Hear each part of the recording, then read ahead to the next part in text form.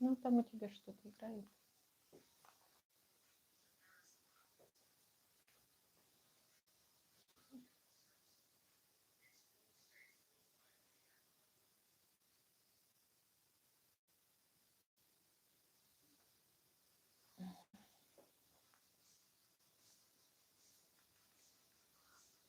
Мгм. Так, ага, вижу. Мирсух, добрый вечер, добрый вечер. Очень приятно, что вы зашли на прямой эфир. Слышно хорошо? Как звук?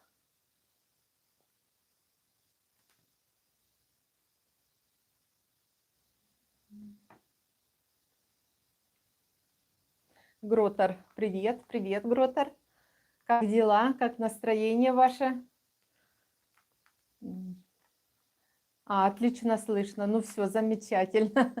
Замечательно. Потому что каждый раз, как выходим в эфир, что-то получается не так немножко. Спасибо, ребята, сердечки полетели. Спасибо. Вы меня поддерживаете. Так, немножко подождем еще и потом будем обсуждать все темы. Ну а сейчас хочу сказать, что у нас погода изменилась совсем. Сегодня дождь шел целый день и обещают вообще на 3 дня дождь. Поэтому не очень хорошо.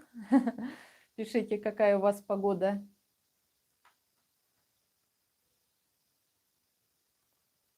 Сердечки полетели. Спасибо вам, ребята.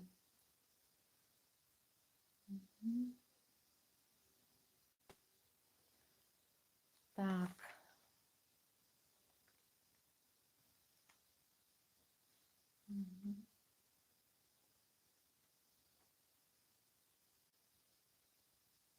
У нас, кстати, похолодало совсем. Сейчас 21 градус. После того, как было 28, вот так упала температура с этими дождями. И вообще 2-3 дня обещают, что вечером будет до 13, ну днем там до 17, поэтому не очень хорошо. Мирсух, как? Так, как с ВНЖ. Да. Ой, ребята, хочу поделиться с вами. Стрессанули мы, конечно, капитально. Во-первых, обсуждали это в чатах по всему Мерсину, я не знаю, 2 дня гудел просто чат, все гудело. Когда сказали, что 57 тысяч будет налог на ВНЖ, это, конечно, шок был еще тот. Но все как бы вернулось на круги своя, и Гёч откатили все, как и было обратно. Хочу сейчас зачитать. Вот я зашла на сайт Гёча, госпошлины зачитаю, что не повысились. Миграционная служба официально заявила, размеры пошлин остаются прежними, никаких изменений не вводили. Тарифы зависят от гражданства. Вот, Азербайджан, Казахстан, Кыргызстан, Узбекистан, Молдова, Украина первый месяц платят $25 и каждый последующий $5. Беларусь первый месяц $9, а каждый последующий $2,5. Россия первый месяц $7, а каждый последующий $1,5. Вот так, такие суммы оставили. Это хорошо. По сравнению с тем, что заявили, конечно, 57 тысяч это просто ужас. Вот такие у нас дела.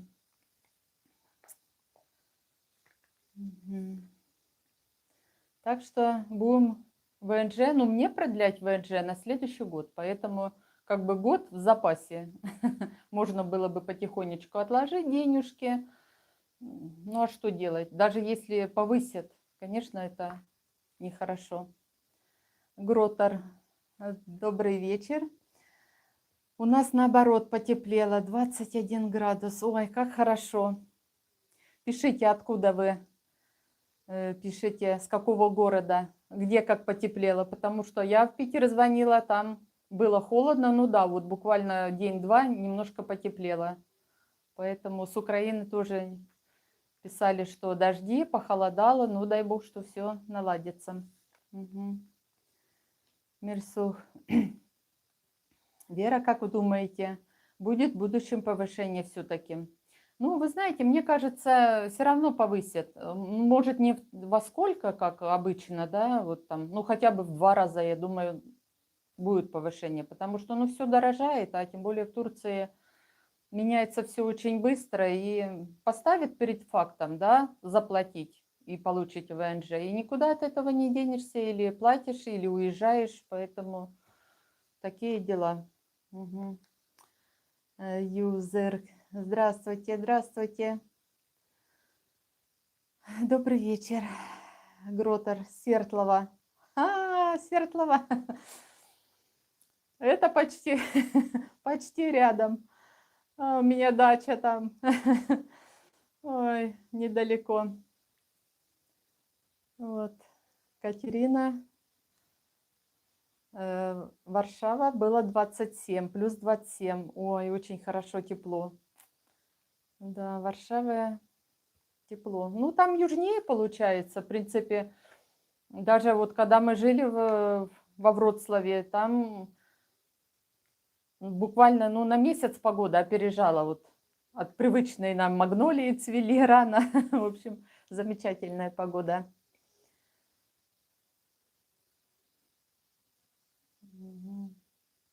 Архирея 1306. Вера, добрый вечер.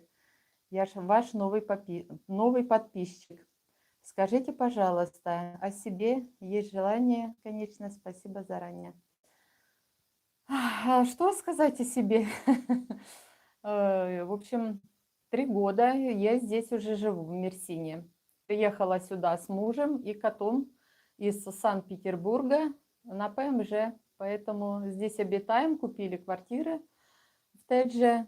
Мне очень нравится район. Ну, я не знаю, для молодежи, может, им больше город нравится, но я почти пенсионер, мне осталось 2 года до пенсии, поэтому для меня район очень замечательный. Мне очень нравится здесь, и климат очень подходит.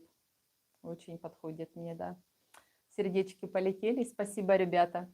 Когда вы нажимаете сердечки, YouTube видит и дает видео еще больше людям посмотреть. Поэтому спасибо вам большое. Я волнуюсь, поэтому ой, извините, если что-то не так. Вот. Друзья, благодарю вас за просмотры, что вы смотрите мои видео, что оставляете комментарии. Мне это очень приятно. И когда делитесь с друзьями, это вдвойне. А тем более, как вы знаете, нас уже чуть больше 1000, поэтому благодаря вам, вашим просмотрам, я получу, в общем, вышла на монетизацию. Поэтому будет реклама, да, в видео. Если вам не сложно, иногда хотя бы немножко просматривайте, это будет мне бонусом. И будет понемножку, ну, капать денежки. Это очень хорошо на развитие канала, может, на какие-то поездки, чтобы я посмотрела что-то интересное, куда-то поехала. Поэтому у меня такая просьба, если что, не стесняйтесь, можете не посмотреть рекламу. Я буду вам очень благодарна. Так. Галочка, сестричка, добрий вечір. Рада тебе бачити і чути. Галочка, я тебе теж дуже рада і бачити, і чути. Напиши, як там у вас потепліло, чи ще так холодно. Ой. Ну, у нас вот такая погода, видите, как. Сашка говорит, привет, привет. Привет, да.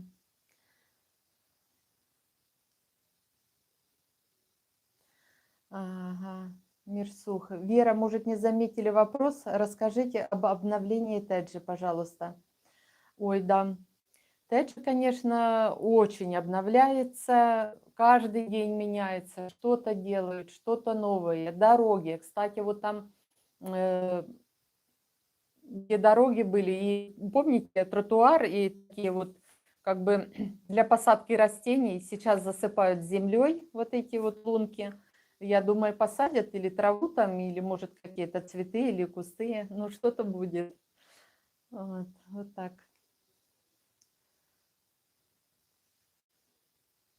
Очень хорошо. Так, а что еще? У нас, кстати, вот я выпустила шортс. Ну, будем наблюдать набережную в Тедже. Как вы знаете, там, где мост вот разрушился, да, делают мост, уже забетонировали основы вот эти все. И потихонечку от того места начали уже снимать старые дорожки и расширять. Фонари уже переставили и расширили до рынка по средам, вот где ресторанчик, знаете, рыбный, вот до того места. Ну, сегодня дождь пошел, я не смогла поехать посмотреть, и есть там что дальше перерыли они все это дорогу, потому что идет грейдер, все снимает и лишнее увозят, и как бы делают новую насыпь, более широкую, потом будут, наверное, или бетонировать, или какую-то плитку укладывать, как бы разделят набережную на пешеходную зону, велосипедную, в общем, очень хорошо будет. Сердечки полетели, спасибо вам, ребята, спасибо. Так, что еще мне рассказать? Ну вот госпошлины. Да, повышают на все, и налог, и при покупке квартиры все выше, и при продаже, поэтому я думаю, все будет повышаться. Вот. Рано или поздно, ну, Турция инфляция, вы же знаете, поэтому все будет меняться. Друзья, хотела спросить, вот многие из вас имеют, ну, в одном или в другом районе квартиры, да? Кто-то уже оформил воду, свет, в принципе, уже все есть, ничего не нужно. Но многие пишут, что мы купили квартиру, и как все вот это сделать. Если я выпущу видео, что как подключить свет, куда поехать или подключить воду. Если вам интересно это будет, я обязательно сниму видео и выпущу. Вы напишите, интересно это для вас или нет, чтобы уже я была в курсе. Так, что еще у меня?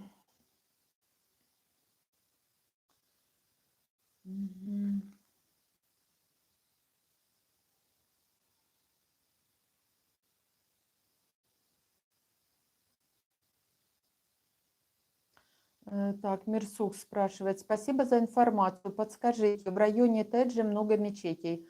Ну, в районе Теджи есть большая мечеть, которая находится как раз при въезде почти в Теджи. Там есть небольшая с одним минаретом, а чуть дальше, буквально там одна остановка с двумя минаретами, хорошая мечеть. И туда можно, да, вот если это, пойти, хорошая мечеть там.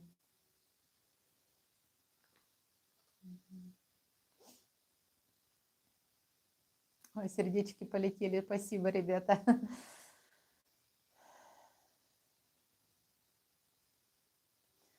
Мехмуд пишет, Мирсух, Мирсух, очень интересно, снимите, пожалуйста.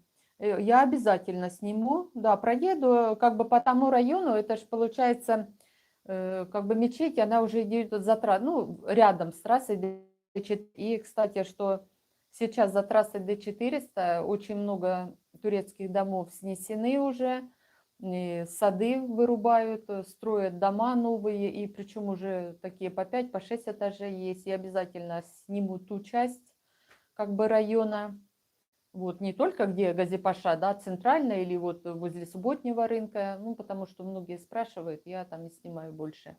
Ну, проеду по району, обязательно все сниму. Вы пишите, где у вас квартира, какую бы вы улицу посмотрели бы лучше, что у вас интересует, где что. Поэтому я проеду, мне на велосипеде это очень удобно. Проехала, все сняла, я сделаю видео, и поэтому посмотрите на свои квартиры со стороны.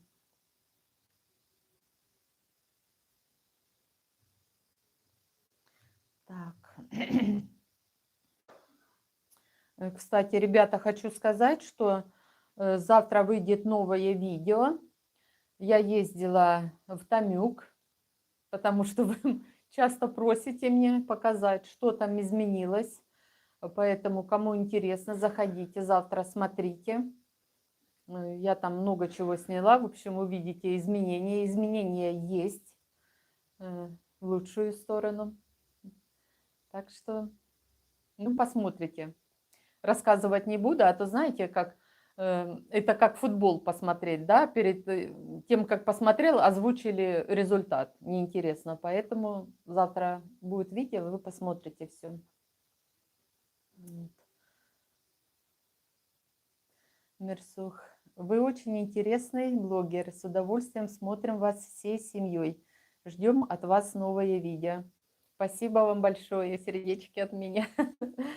Я стараюсь, мне самой интересно снимать и как бы вот ездить, видеть что-то новое, а тем более сейчас вы же знаете, сколько изменений, это просто, ну, погода иногда подводит, поэтому, видите, я всегда стараюсь видео снимать, и они выходят, ну, некоторые выходят буквально на следующий день, ну, что-то более, вот, информация, а некоторые идут немножко с запасом, потому что, когда плохая погода, съемки, ну, невозможно просто поехать и под дождем. Поэтому есть видео, которые немного заранее подготовлены.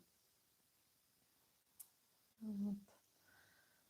Ой, я же все фиксирую, записываю в тетрадь, поэтому каждый раз вот, стараюсь что-то новое снять, и, в общем, чтобы вам интересно было посмотреть.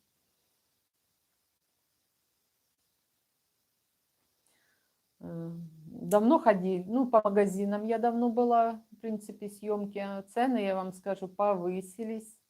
И практически на все, и на молочку, и на рынке повысились цены. Фрукты, овощи, помидоры до сих пор больше 100 лир стоят, 120, 100, ну, 100 это такие, никакие. А так 120 и выше. В общем, такие. Самые дешевые это сейчас баклажаны, огурцы и кабачки. Ну, зелень. Зелень там, петрушка, укроп, такое все. Она, в принципе, такая. А все остальное, цены растут, да. Новые фрукты появляются, все дорожает. Я думаю, дорожает это везде. Угу. Так, Арчи. Вера, но в Турции и высокая ставка на вклады. Ну, как высокая? Сейчас она немного ниже стала по сравнению с тем, как было раньше. Раньше, я помню, 2 года, по-моему, назад было 45% ставка, потом 42, сейчас она уже дошла до 30%. То есть не 30, до 35%. Это в Зиратбанке. В других банках я не знаю сколько, но в Зиратбанке 35%. Такая ставка. Ну и чем хорошо в Турции, что можно ложить на месяц и потом, если что, снимать или это.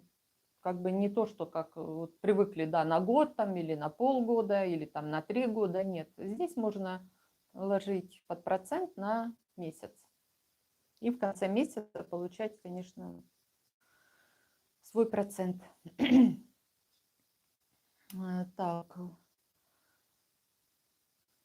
Гротер.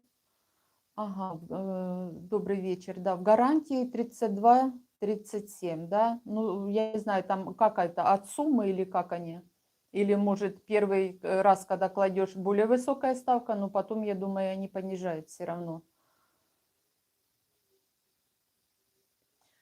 Сын маминой подруги. Вера, здравствуйте. Здравствуйте, очень приятно. Давултапе рынок вроде бы один из недорогих. По крайней мере, год назад так было. В Давултапе. Вы знаете, я на рынке в Давултапе конкретно не была, но про Давултапе я сняла видео. И будет про район Давултапе на днях будет. Поэтому смотрите. Ну, на рынок я обязательно съезжу, посмотрю. Угу. Арчи, Вера, конечно, всем будет интересно узнать о том, как сейчас подключить свет и так далее. Спасибо. Да, ну я думаю, также вот люди, да, кто вот первый раз купили, куда поехать, я сниму локации, куда ехать, как доехать, где это находится, какие документы нужно, как бы подробную всю информацию, поэтому вот все сниму видео обязательно. Оно будет информативное, может не такое прям для всех интересное, но а может и интересно будет всем, потому что сегодня мы не покупаем квартиры, а завтра человек решит и купить квартиру, и вот, будет и полезная информация. Ага, Гротер говорит, что ставка от срока и суммы. Ну, понятно, наверное, чем дальше, тем сумма понятна. Спасибо. Сын маминой подруги, очень интересно, ждем. Да, я постараюсь все сделать. Ну, правильно, вот я как бы раньше, когда здесь еще не покупала квартиру, ну, смотрела за ходом строительства своей квартиры, да, мне было интересно все полностью, какие карты на автобус, где купить, какие цены везде. В общем, интересовалась, любая мелочь, она была важна, поэтому я думаю, для всех это будет полезно. Кстати, Гротера нет, наоборот, долгие вклады более низкой ставкой. Спасибо, будем знать. Вот. Да, я вот некоторые видео выкладывала, например, про аэропорт, да, как доехать до аэропорта, откуда можно доехать, на Хавамаш. В общем, поэтому все есть на видео. Ну, все равно часто спрашивают. Ну, кому-то может лень пролистать, посмотреть это, но ничего, я еще раз выпущу, если информации нужно ее повторять почаще, конечно.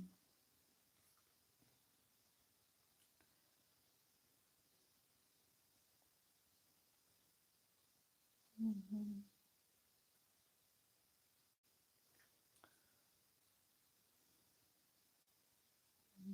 Ребята, пишите, какие у вас планы? Собираетесь вы приехать в этом году или нет сюда, в Мерсин? Мгм. Таня, добрый вечер, Вера. Добрый вечер, Танюша. Очень приятно, что зашли на прямой эфир. Э, И даже, кстати, вот э, сейчас идет прямой эфир, да, а потом завтра будет он уже в записи. И сердечки полетели. Ребята, спасибо вам огромное. Э, Спасибо большое, Галочка. Спасибо, сестричка. Это,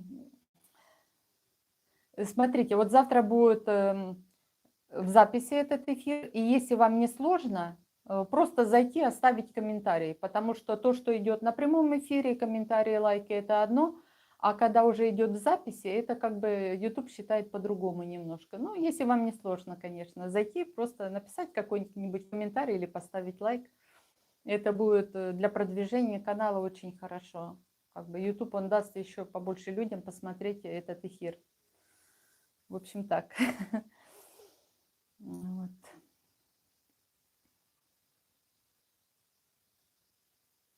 Да, про поездки. Вот, планируете вы приехать куда-нибудь отдохнуть в этом году или на дачу кто-то, может, э, любит ездить? Я тоже любила раньше садить и на участке, там огородик и тепличка была, все выращивали полностью, и ягоды, и все было. Ой. Конечно, климат в Питере не очень хороший для этого, но все равно что-то вырастало. Вот. А что-то так не очень вырастало.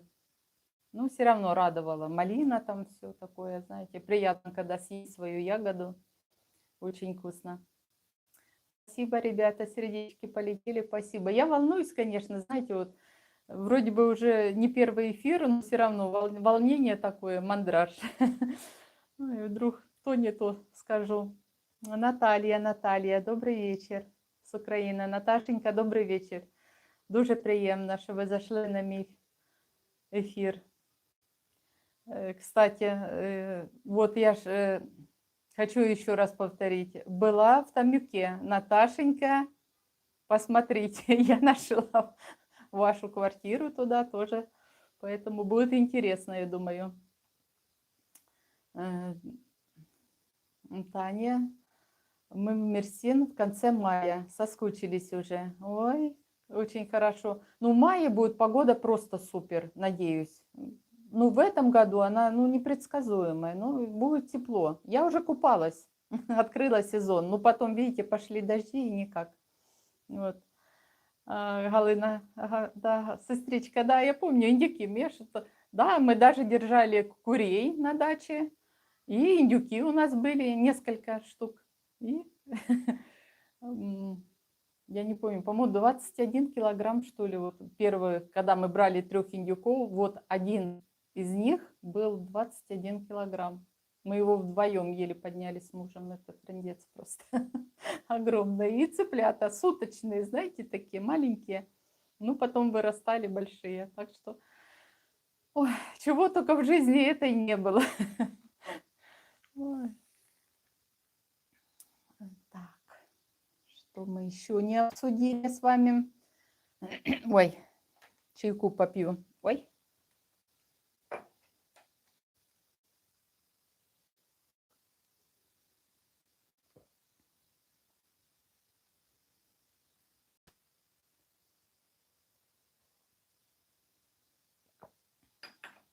Виктория, добрый вечер. Добрый вечер, Виктория. Очень приятно. Ой, привет, привет, Виктория, да. Вы еще здесь или в Германии уже? Или еще здесь? Помните, мы на рынке с вами встретились как-то, познакомились, мне очень приятно было. Вот. Так, Наталія. Що у вас нового? Переживали за ВНЖ? Ой, як ми переживали, це не сказати словами. Це просто, я не знаю, стрес був такий, що ужас просто, не знаю.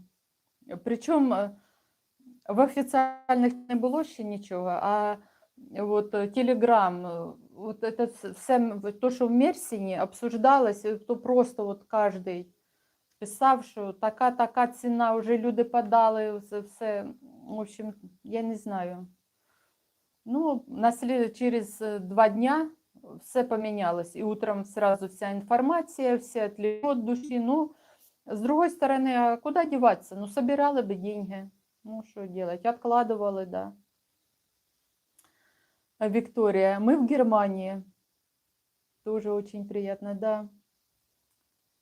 Быстро, вы ненадолго приезжали, да, вот как-то мы один раз встретились, вот. Да. В этом году многие поприезжали рано, как бы, видите, обычно в это время все загорали, купались уже, а в этом году, ну, такая погода. Загорать-то на море многие приходят, хотя у нас в самом, вот возле субботнего рынка пляж, пока никакой еще нет, уже шезлонга, ну, сезона еще нет, поэтому прогреться можно на камнях только. Я тогда ходила, ну, сняла видео, вы же смотрели, постелила вот этот коврик, камушки горячие, и лежишь, ну, красота.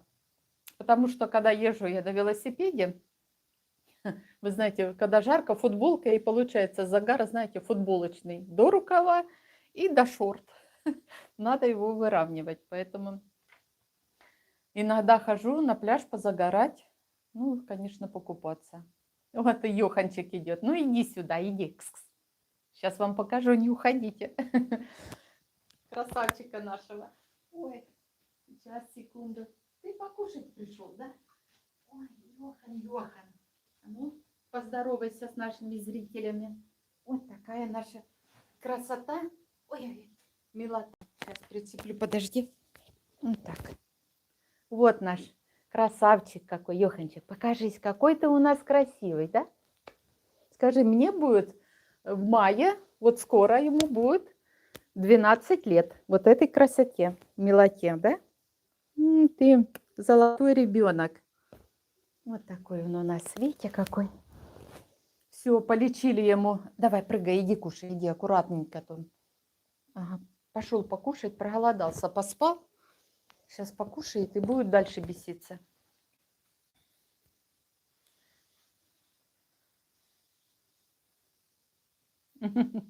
Наталья, привет, Йоханчик, красотуля. Да, ну такой он у нас, это вообще. Ну, переживали, когда вот эти операции все с зубами у него, в общем, он похудел у нас сильно. Ну, сейчас уже все наладилось. Кушает. Мясо, правда, требует каждый день.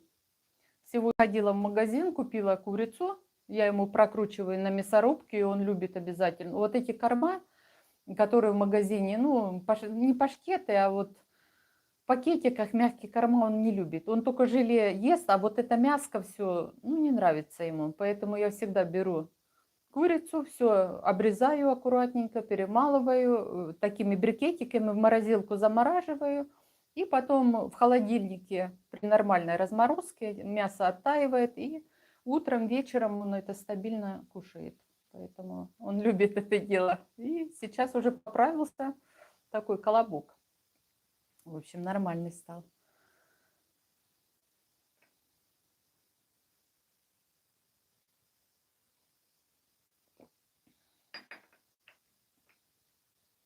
У вас тоже, наверное, есть же животные, да? Кто-то кошечку держит, кто-то собачку. И как балуем все. Поэтому никуда не денешься. Надо баловать. Ой, сердечки полетели. Спасибо вам, ребята. Так, что напишите, что вас еще интересует, что бы вы хотели посмотреть или какую-то информацию узнать. Поэтому я с удовольствием все расскажу, что знаю. Наталья Груздева, привет. Наташенька, привет. Очень приятно, что зашли на мой прямой эфир. Напишите, откуда вы или здесь где-то. Сердечки, все полетело. Спасибо, ребята. Сейчас же вот сегодня прошла монетизацию все. Теперь будет реклама на канале. Но не обижайтесь, ребята. Ну, будет на развитие канала понемножку. Ну, просматривайте, хоть иногда. Это будет очень важно. Так, что еще хотела сказать? Я хочу поехать на экскурсию. Ну, на неделе, скорее всего, к концу недели, может быть, даже. В другой город. Поэтому буду видео снимать. Я думаю, будет интересно. Я сама там не была. Это нужно ехать на автобусе. В общем, всю дорогу, все расскажу, сниму. В общем, будут в ближайших видео. Если вам будет эта интересная тема, будем ездить в другие места. В общем, все смотреть. Не только местные вот здесь районы изучать, но и чуть дальше. Поэтому пишите, интересно или нет. Ой, Наташенька, вітаємо з 1000 підписчиків. Спасибо, Наташа. Дякую, дуже дякую. Наконец-то, да. Так, Евгений Разбежкин говорит привет. Евгений, привет. Наташенька начинала смотреть из 3 человек подписанных, ура. Да, знаете, как потихоньку, но канал растет, развивается. И самое главное, что не только что набрал там 1000 подписчиков, несколько или сотни тысяч подписчиков, а канал не смотрит. Нет, пусть он будет меньше, но он будет живой. Когда будем обсуждать что-то интересное, вы будете интересоваться, я буду все показывать. Поэтому пусть он будет не сильно такой огромный, но живой канал. Ну, потихоньку в любом случае он будет расти, правда? Будем все снимать, и я всегда делюсь с вами, знаете, беру всегда вас с собой, поэтому мы путешествуем всегда вместе. Наталья Сапунова. Опоздала, только с дачи приехала. Приветствую, Вера. Да, Наташенька, а что посадили на даче, расскажите? Или только просушку, как обычно, знаете, вот весной делают, просушил, шашлык пожарил, там отдохнул, что-то поубирал, какую-то траву. Или уже что-то посадили в тепличку, наверное, салатик какой-нибудь или редисочку. Я тоже каждый год всегда, теплица только снег сходил, И особенно, вот помните, когда ковид был, там все жили где? В городе практически никого не было, все уезжали на дачи. Вот мы жили на даче, и я садила всегда редиску, салаты, и потом уже, когда садить помидоры и огурцы, уже собирали небольшой, но урожай. Лучок такой вкусненько все было. Так, Наталья Груздева. Я с Питера. У меня квартира в Алексиусе. Ага, скоро прилечу. Смотрю канал, смотрю, какие изменения в Тедже. Да, я как-то проезжала, я показывала. И, по-моему, да, Алексиус, все. Хороший комплекс. Территория хорошая, замечательная. В общем, очень рада. Я думаю, может, мы встретимся, поговорим. Интересно будет. Так.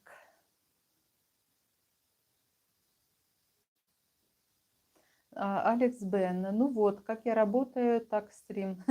Добрый вечер.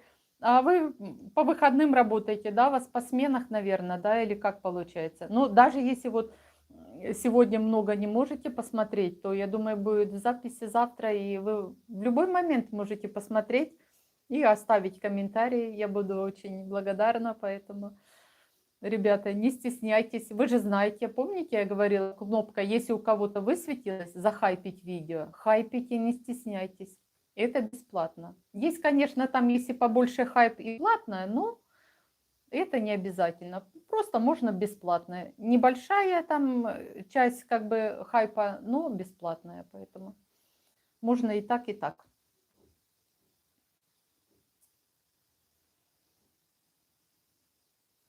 Ага, Алекс пишет, не по сменам, а по выходным. Ну, конечно, когда плохо, когда каждый выходной работать.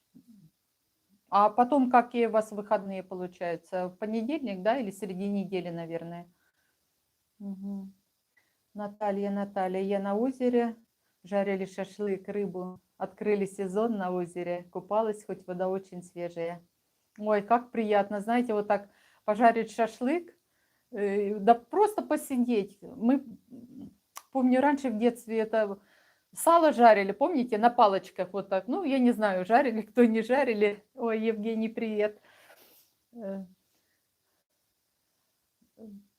Помните, жарили, отломаешь палку, вот эту шкурку обчистишь, ну, на светке, да, сало нанижешь и на костре до черноты жарили, потом ели с черным хлебом. Это такая вкуснятина, я не знаю. Всю жизнь вспоминаю. Всегда хочется вот кусок сала взять и пожарить просто вот так, как в детстве. Вот. Спасибо, ребята, сердечки полетели. Евгений Разбежкин. Вера, скажите, комары уже проснулись, летают. В прошлом году в это время уже не давали покоя. У нас квартира в Эмеральд Стар. Скоро приедем. Очень хорошо. Приезжайте.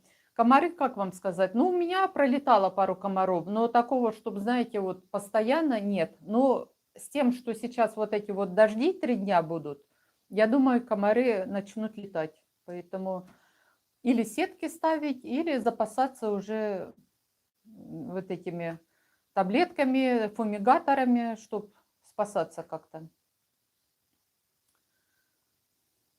Алекс Бен. Да, добрый вечер. На неделе среда, четверг. Угу. Ну, отлично, среда, четверг, в принципе, выходные, да. Мне так удобнее. Ну, это хорошо, когда удобно. И когда можно куда-то пойти, в принципе, так вот, да. Наталья Сапунова. Лично мне, Вера, будут очень интересны ваши видео о поездках в ближайшие интересные места. Спасибо. Ну, я думаю, да, интересно все-таки, знаете, вот что-то новое, 2-3 дня, и потом что-то новое появляется, знаете, интерес прям вот, не знаю, шило в одном месте, надо куда-то ехать. Ну, сейчас вот с этими дождями никак, ну, потом я все равно поеду по набережной, все посмотрю. И потом запланированная у меня поездка. Ехать далеко, но я все сниму, поделюсь, обязательно все запишу, куда мы едем, что там интересного посмотреть, поэтому все будет в видео. Так. Алекс спрашивает, а что там с ВНЖ? Ну, с ВНЖ я уж, как и говорила, да, вы, наверное, то, что позже пришли, все как и раньше оставили, ничего не изменилось. Ну, я потом зачитаю, наверное, да, еще чуть попозже, может, еще кто подойдет, как бы саму информацию, сколько за что платить. Но все, слава богу, стресс этот пережили, в общем, нормально все. Так, Евгений Разбежгин. А шашлыки можно жарить на пляже в эвкалиптах или запрещают сейчас? Да, сейчас запрещают. Уже сколько? 2 года запрещают. Хотя вот 3 года назад мы с мужем ходили, брали с собой переносной мангал, жарили все там. Ну, там все турки так делают. Сейчас жарят турки иногда, но ближе к морю туда, ну, это, знаете, на свой страх и риск. Если придет полиция, ну, штраф выпишут, не хочется попадать на это дело. Поэтому...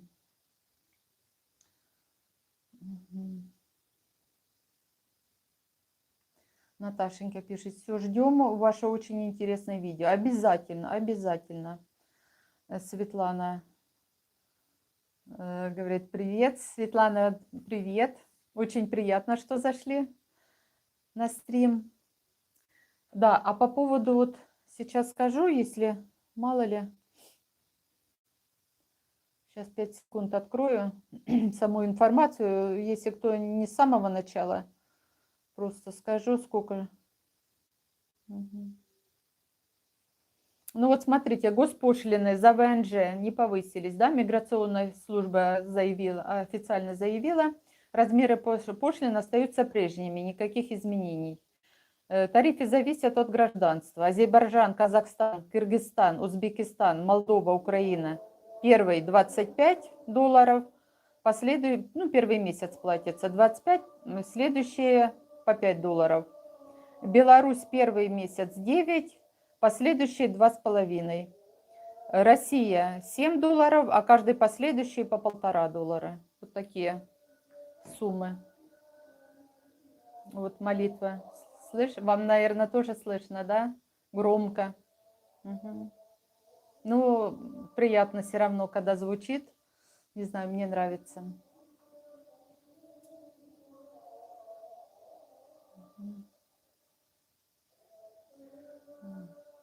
Светлана говорит, привет.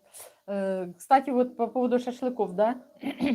Ну, мы шашлыки не жарили, но в доме собирались. Чаепитие у нас было. Ну, как, знакомились, да, с соседями. Поэтому, если, ребята, вы смотрите, зашли вдруг, вам привет.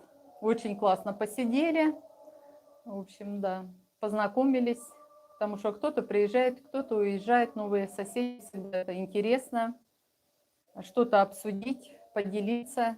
Поэтому я вообще такой человек, что люблю поговорить. Поэтому простой, открытый, не знаю. Всегда поделюсь тем, что знаю, что интересно, расскажу. И сама иногда спрашиваю, мне тоже интересно, да. Вот. Так что так, сердечки полетели. Спасибо вам, ребята.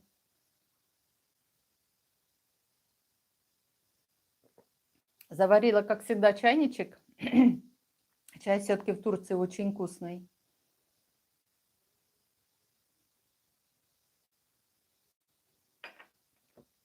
Сейчас еще подолью погорячее.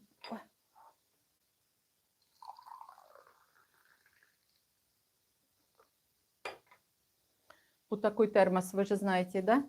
Очень удобно. Металлический, долго держит температуру. Всегда на море беру, когда снимаю видео. Ну, такие чаепития.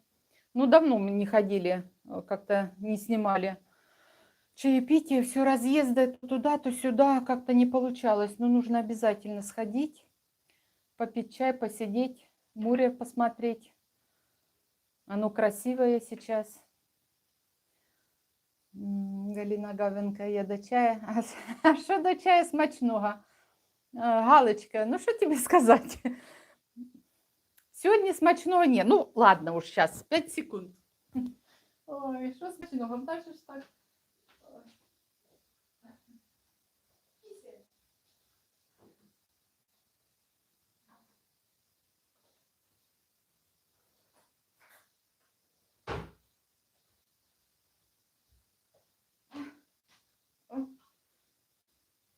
що смачного? Ну вот, я не знаю, видно, не? Ребята, вот такой рулет пекла. Ну, уже не первый раз, это меренговый рулет. Это вчера было, это осталось то, что от вчерашнего дня. Ой, все съели. Он вкусный. Пока свежая клубничка обязательно, видите, такой украсила еще клубничкой. Это золото такое пищевое с орешками. И внутри клубника. Очень вкусный. И главное, что жевать не надо. Он прям такой мягкий, плывет. Очень вкусный. Поэтому, если что, готовьте. Очень вкусно. Ой, сейчас еще глоточек чая выпьем.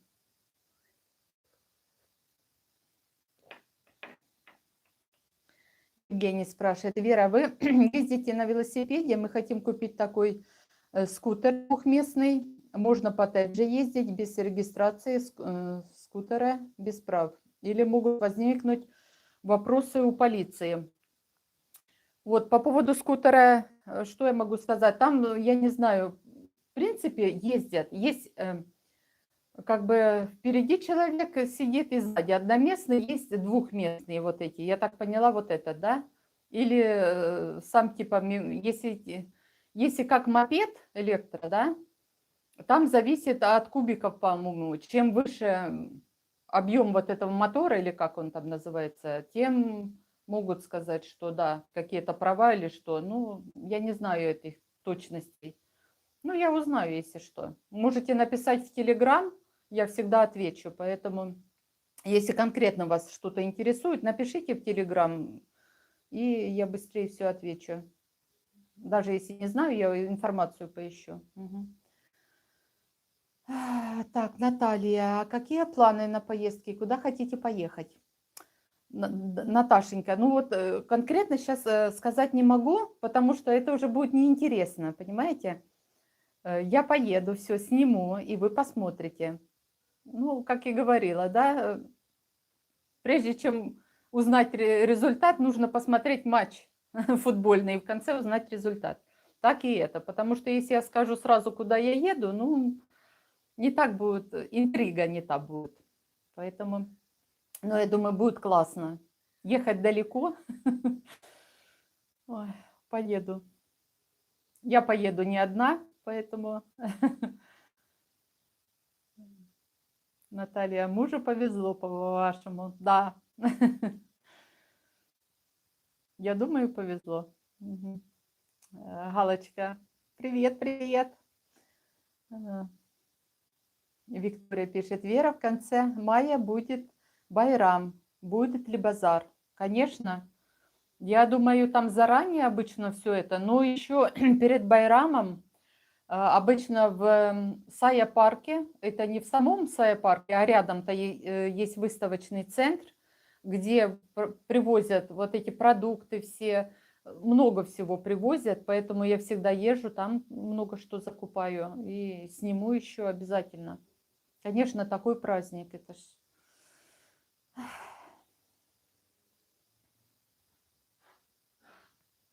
Наталья, окей, ждем результат. Да, я надеюсь, результат будет хороший. Ну как, обязательно. Виктория, ребята, поддержите пальчиком вверх. Спасибо, ребята, да. Сердечки полетели, и YouTube это видит. Знаете, ну приятно, конечно, да, что кто-то смотрит, пишет комментарий. Мне очень приятно. Я стараюсь на все комментарии отвечать. И если что-то я знаю, я обязательно делюсь. Арчи, пальчик вверх. Спасибо. Спасибо. Сердечками.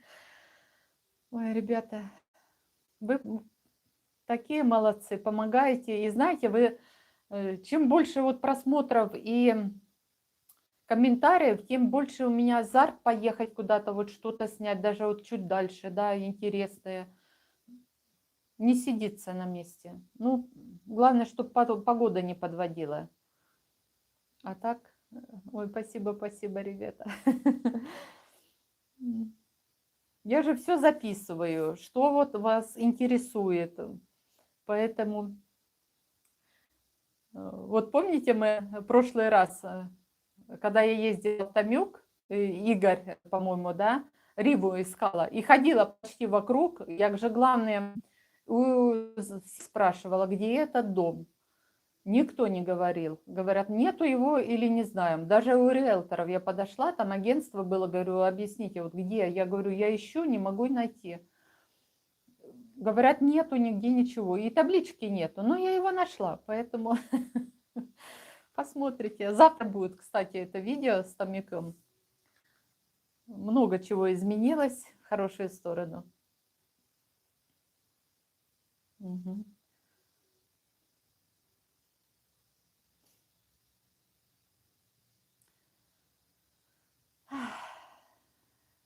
Наталья, класс ставим, кто смотрит. Да, и нам интересно с вами путешествовать. Спасибо, Наташенька. Виктория, мы с мужем не пропускаем ни одного вашего видео.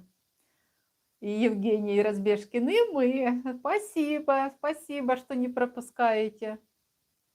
Видите, так потихоньку, вот я все говорила, ой, на день рождения, наверное, все-таки будет 1000 подписчиков, да, ну, немножко как бы с таким запасиком получилось, но все идет как надо. Да. Арчи, как на ваш взгляд, какие самые хорошие районы в Мерсине? Ну, я, как и в прошлый раз говорила, смотря кому что нравится, да.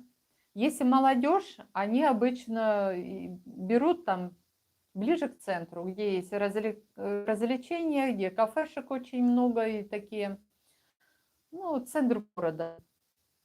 Это университетскую там или рядом то, что находится, в принципе, Сая парк, возле форума туда ближе, ну, тусовки, вот это все. Кто постарше, вот я, например, да, мне нравится здесь. В Тедже он более спокойный район, поэтому... Ну, вы знаете, я вот ездила и в Томюке, Арпачи, и дальше, и Эрдемли. Районы везде хорошие, развиваются, но каждому свое. И прежде чем выберете вы квартиру, вам лучше приехать хотя бы на неделю и самому все посмотреть, и выбрать то, что вам по душе. А так советовать, вот да, мне, например, это нравится, а другому человеку нравится другое. Поэтому это сложно. Вопрос такой, что каждому свое, да. Евгений Разбежки. А застройщики какие? Ну, застройщики тоже такие, видите. Чем круче застройщик, тем выше цена. Поэтому имейте в виду. Потому что одни застройщики строят на свои деньги, а другие застройщики берут долевое участие. Вот это как заранее, да, покупаешь, оплачиваешь там квартиру, и такие более рискованные. Поэтому старайтесь выбирать тех застройщиков, которые уже давно на рынке, имеют хороший капитал, поэтому, ну, цены там, соответственно, будут повыше.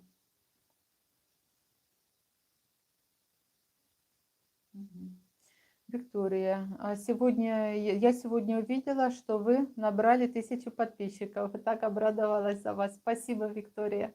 Спасибо. Я сама обрадовалась. Утром просыпаюсь, открываю телефон, бах, 1000. Говорю, ну, Боженька помогает, поэтому все хорошо, ребята. И ваша помощь, она вот в сердце.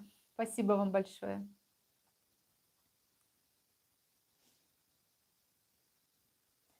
Наталья, а мы как рады, что ваш канал стал монетизирован. Вы заслужили на все 100, на все 1000, да. Спасибо.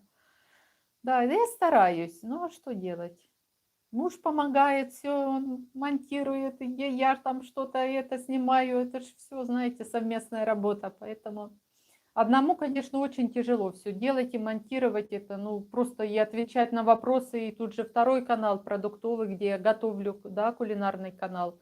Это же тоже время занимает, да, снять там, в общем, нагрузка большая, но стараемся.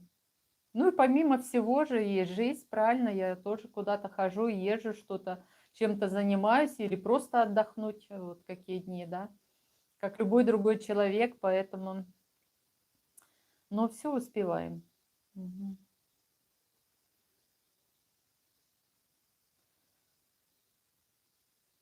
Так, Евгений Разбежкин. Теджи, конечно, нам нравится, но море уж очень грязное. Ну, как вам сказать море? Оно практически везде одинаково море.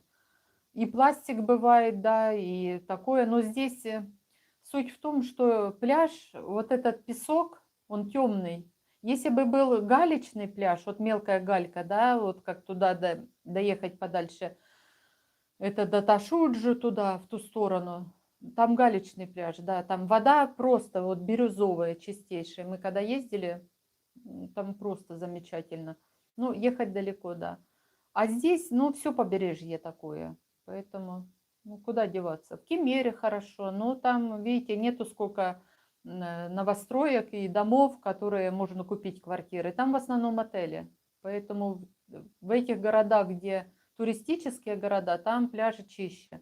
Мерси, ну, не считался туристическим и не считается городом. Это вот буквально за 3 года он так привлек инвесторов много, русскоязычных с Европы очень много приехали люди, потому что жилье было по реальным ценам, ну, как и сейчас.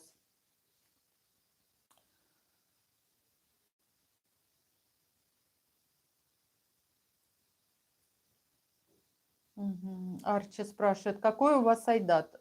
Айдат у нас 900 лир в нашем сите. Арчи, вы большая молодец, вы действительно заслужили, молодец. Спасибо большое. Виктория, вы делаете очень хорошее дело.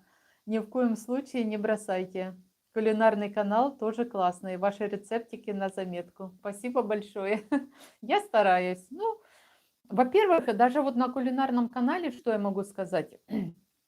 Я раньше вот не готовила даже сколько блюд, да, а это интересно, и что-то новое пробуешь, и, ну, как обычно, да, готовили, да, ну, кашу, картошку, там, то все, ну, знаете, да, одно и то же повторялось, а здесь вот стараешься и то, что-то новое, и мне это нравится. Я вообще любила и люблю готовить с детства, не знаю, еще со школы. У нас даже вот уроки труда были, я не знаю, сейчас есть или нет, мы когда ходили в школу, там, я не помню, третий или четвертый, с 4 класса, по-моему, уроки труда.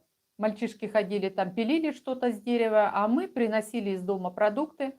У нас была такая духовка переносная небольшая, и с уроком, с учителем труда мы готовили все, пекли, грибочки, там все, салатик, я помню, винегрет делали первый, потом что, ну, много чего. И это вот и потом я стала и дома, я помню еще, и печенье какие-то пекла, им пыталась мороженое делать. Ну это же не было такого интернета, понимаете? Мы не знали ничего, но все равно интерес был.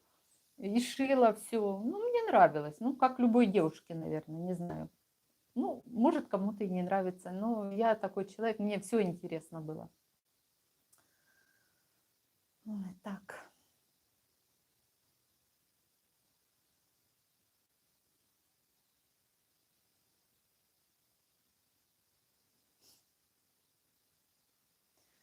Арчи, Вера, а кто вы по профессии? Э, Ну, в принципе, у меня профессий много было. Но самая первая я была закройщик женского платья. Поэтому работала в ателье несколько лет, а после этого, ну, сменила много профессий. Ну, такая жизнь. В то время, в 90-е, сами знаете, очень сложно было.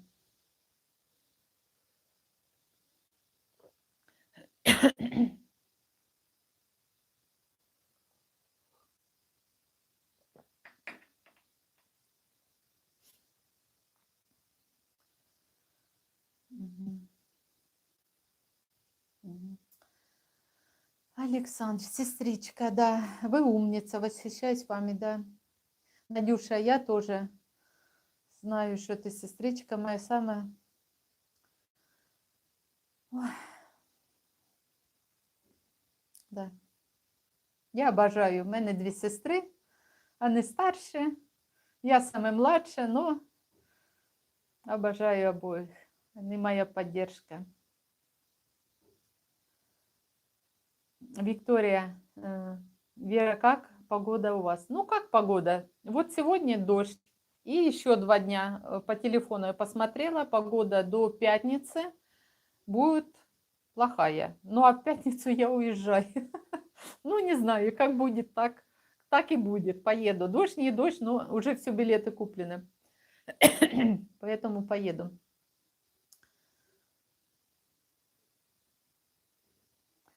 Ага, Виктория, у нас в Сите набрали бассейн вчера. Нет, у нас еще нет. Ну, рановато. Ну, это у вас, наверное, пробный, да? Потом, я не знаю, будут спускать у вас воду или нет. Но у нас пока нет. Попозже будет.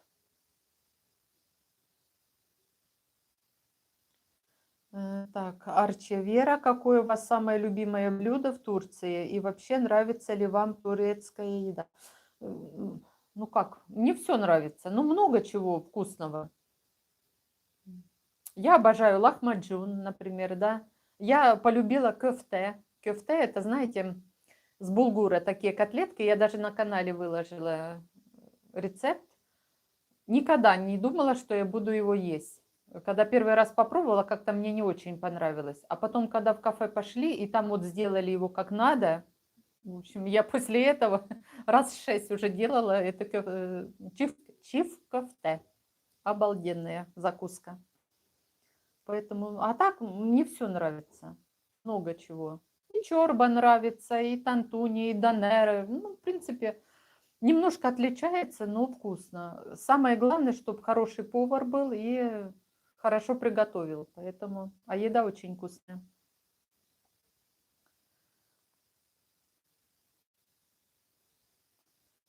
Ага, Виктория говорит, нет, ну не будут спускать. Но это хорошо, значит, все проверят. Но сейчас еще даже если его залили, вода не прогревается, будет холодный бассейн. У нас будет бассейн 3 месяца. Когда начинается школа, ну, вот заканчивается школа, у детей каникулы, да, вот с этого момента заливается вода, и до окончания лета, перед тем, как школьники пойдут в школу, бассейн будет работать, а потом все убирается. Так, Арчи, Вера, какой у вас самый, ну, да, мгм, мгм. Так, Елена Соловей. Уже 1000. Ура! Да, поздравляю, желаю, чтобы количество подписчиков росло в геометрической прогрессии. Ну, в арифметической неплохо. Спасибо большое. Ваше желание все услышит. Спасибо. Так, Евгений Разбежкин. Ваш муж чем занимается в свободное от монтажа время? Может быть, я на рыбалке его смогу совратить. Рыбаки то там ловят что-нибудь. Кстати, не прячьте своего мужа, пожалуйста, покажите хоть когда-нибудь. На рыбалку, если вы соберетесь, он пойдет с удовольствием. Он рыбак, любит это дело. Я, кстати, тоже люблю порыбачить. Хоть у меня не всегда получается, но какую-то рыбешку я ловила. Поэтому удочки у нас есть. С удовольствием пойдем, и я могу пойти на рыбалку, не против. Ну, если захотите вдвоем пойти, пожалуйста. Напишите в Телеграм, познакомимся и с удовольствием сходите, конечно. Так, Виктория пишет, надеемся, с 22 мая погода улучшится. Нам дождь в Германии надоел. Ой, да он везде надоел. Я не знаю, я вот и сестрам звонила, тоже вот дождь, все это, ну, никому не нравится. Вот. И Елена из Лондона мне тоже вот переговариваем, ну, разговариваем с ней. Она говорит тоже дожди, дожди. Уже всем надоел, конечно. Погода в этом году, причем испортилась везде, не знаю. Везде такая.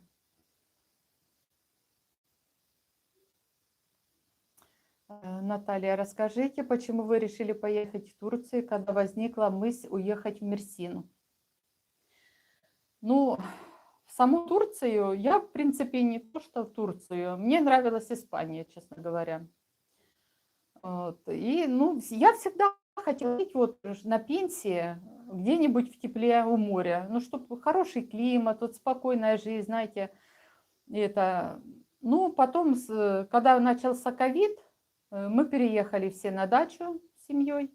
жили там. И я смотрела блогеров, которые здесь были и рассказывали. Про Мерсин я вообще не слышала этот город раньше. Ну, знала там Алания, Кушадаса, ну, такие все, Анталия, Кемера, это все, да, на слуху. А Мерсин как-то и особо не это. Вот. И потом как-то вот смотрю,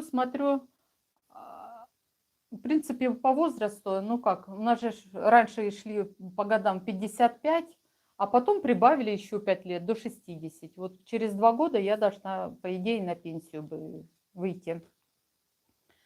И смотрели на даче я, и дочь проходит, говорит, мама, а что вы это, говорит, возьмите квартиру и приезжайте. И меня прям вот это так, чик, она как толчок дала, а чего сидите? Можно купить квартиру и потом ехать. И вот с этого момента все, в общем, узнала и купили квартиру. Причем купили через интернет. Вот так. Ну, я не жалею, я очень довольна. Все, меня все устраивает. Мне здесь хорошо, климат подходит. Жару я стала нормально переносить. Как-то первые полгода, да, вот когда приехали, непривычно было после Питера. Резкая смена погоды. А сейчас все отлично. Иногда бывает, что мерзнем, как турки, знаете, вот бывает прохладно, уже как отурчанился, и поэтому уже чувствуешь себя как турок.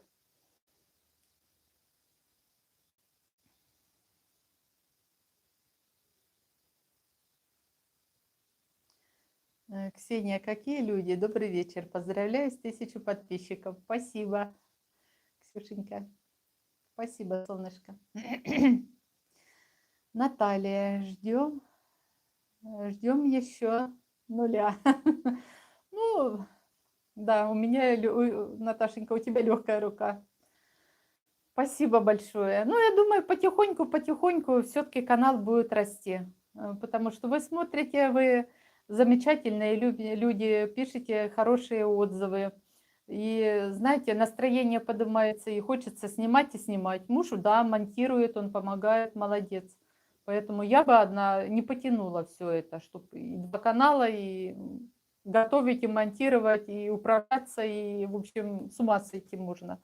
А так мы вдвоем помогаем друг другу. Я его нагружаю работой. Ну, куда деваться.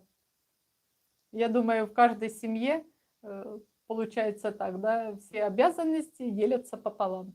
Потому что одному тянуть лямку – это сложновато.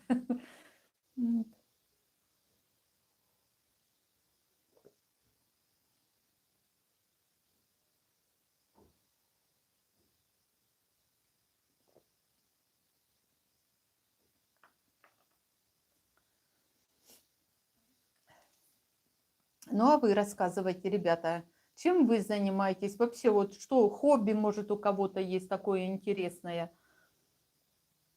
Или любите ездить? Куда ее любите? Где вот интересно, вот, чтобы посмотреть? Если по Турции, например, да, может, какой город или... Интересно, конечно, да. Наталья пишет, тоже про Мерсин узнала через интернет. Да, это вот было буквально, ну, ну максимум 5 лет, да, вот пошел вот этот ажиотаж, что вот Мерсин там туда, тем более город-миллионник здесь, почти 2 миллиона населения, огромный город. И причем он расположен на протяжении вот набережной. Весь город проходит вдоль набережной. Очень хорошо.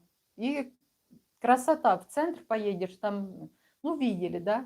Пальмы, красотища, как Майами. Едешь и на велосипеде, когда езжу, э, очень мне нравится. Там красиво, все убирают, такие газоны. Ой, зоны отдыха, ну, все, вот знаете, для людей приятно прийти, посидеть, вечером подсветки. Все вот эти мероприятия, которые все идут на набережной, концерты, все интересно. Поэтому хотелось бы, чтобы и у нас же вот недалеко от нас есть такие поля, ну, которые там фасоль сейчас посадили, но это огромные территории, это муниципальные, могли бы что-то построить такое для людей. И дальше туда вот к рынку по средам, там территория огромная просто. Был когда-то дом, все снесли, и территория огромная. Можно же интересное что-то туда для привлечения людей и как бы для развития района неплохо было бы.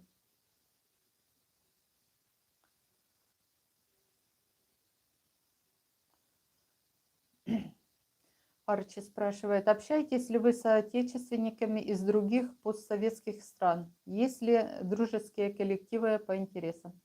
Да, здесь есть все, и друзья у меня разные есть, и с Украины, и с Казахстана, и из Европы, поэтому мы общаемся, проблем нет. И все как-то друг друга, все спокойно общаются, нет ни ненависти, ничего, неважно как-то вот, не знаю. Более сплоченные. Может, то, что в другой стране как-то и каждый человек, тем более мы же жили сколько, как говорится, да, Союз Советский, знаете же, да, социалистических республик, много стран, поэтому все жили, ездили без проблем. И оно может, ну, я еще того возраста, как бы, ну, молодые, может, и не так это, но мы уж древние, поэтому спокойно общаемся, спокойно все понимаем, все это, ну, все отлично, в общем, да. А так есть, и можно по интересам, здесь и на волейбол мы ходили, есть же много чего, и девчонки там и на йогу есть, можно пойти, или еще куда-то, в общем, много всего.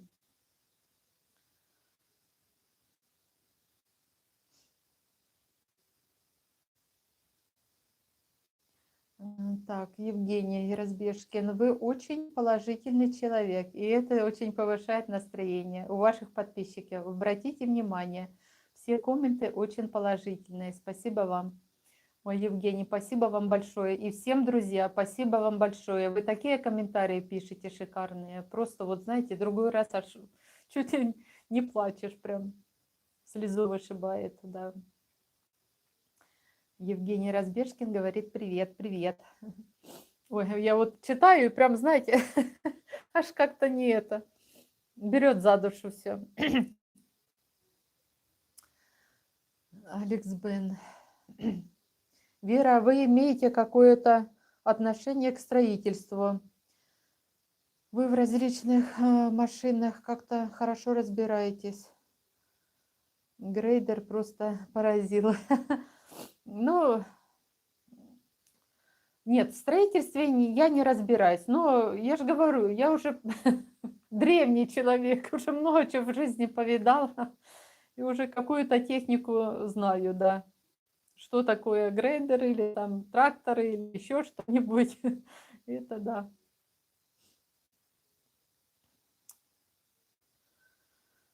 Наталья, Анталия. Да, Наталья. Анталия, да, мне тоже нравится. Там вот эта крепость, конечно, поехать бы посмотреть все. Ну, я думаю, со временем нужно будет съездить. Интересно посмотреть. И даже, я не знаю, может, не в тот момент, когда много туристов и вот начинают сезон такой, да, а лучше поехать, где, когда меньше туристов, спокойно везде пройтись, посмотреть все. С удовольствием бы поехала.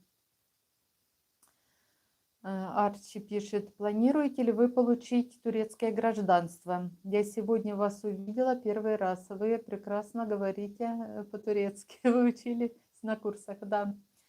Арчи, я ходила на курсы, они были бесплатные. Это было год назад. А1, А2.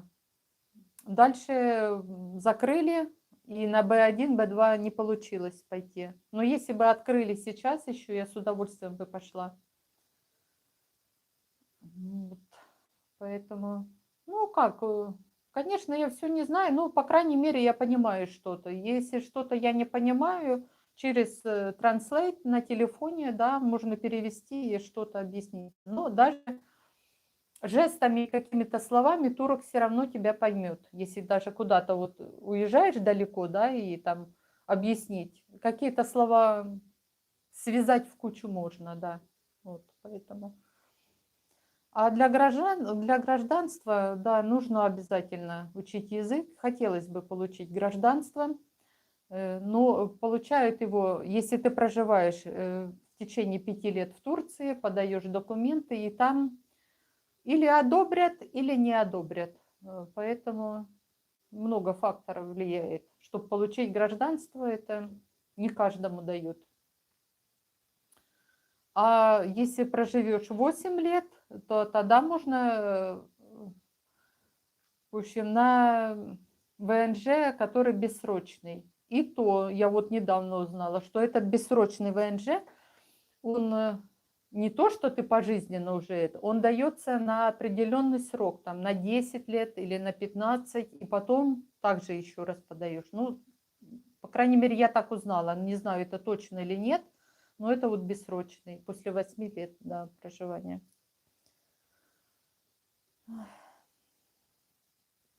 Угу.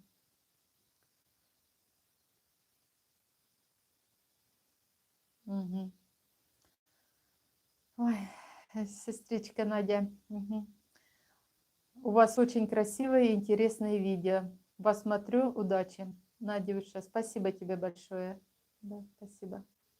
Я знаю, что ты всегда смотришь. И ты, и Галочка, вы всегда смотрите меня. Спасибо.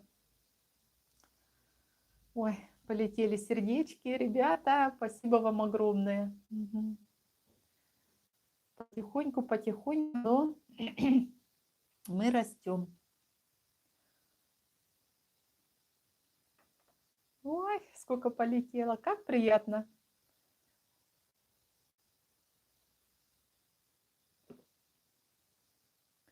Сейчас даже вот если поехать куда-то, я смотрю, во-первых, много стали, ну, это если я в Турции, например, да, мне проще.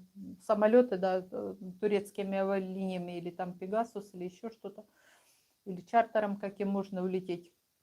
А если вот с других стран очень много убирают рейсов, как бы, не знаю, повышают цены на тарифы. И сейчас поехать куда-то в отель очень дорого, не знаю.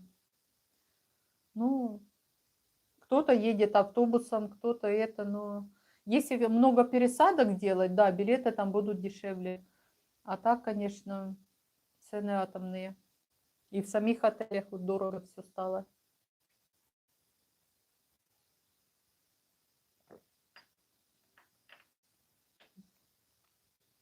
Сердечки полетели, полетели.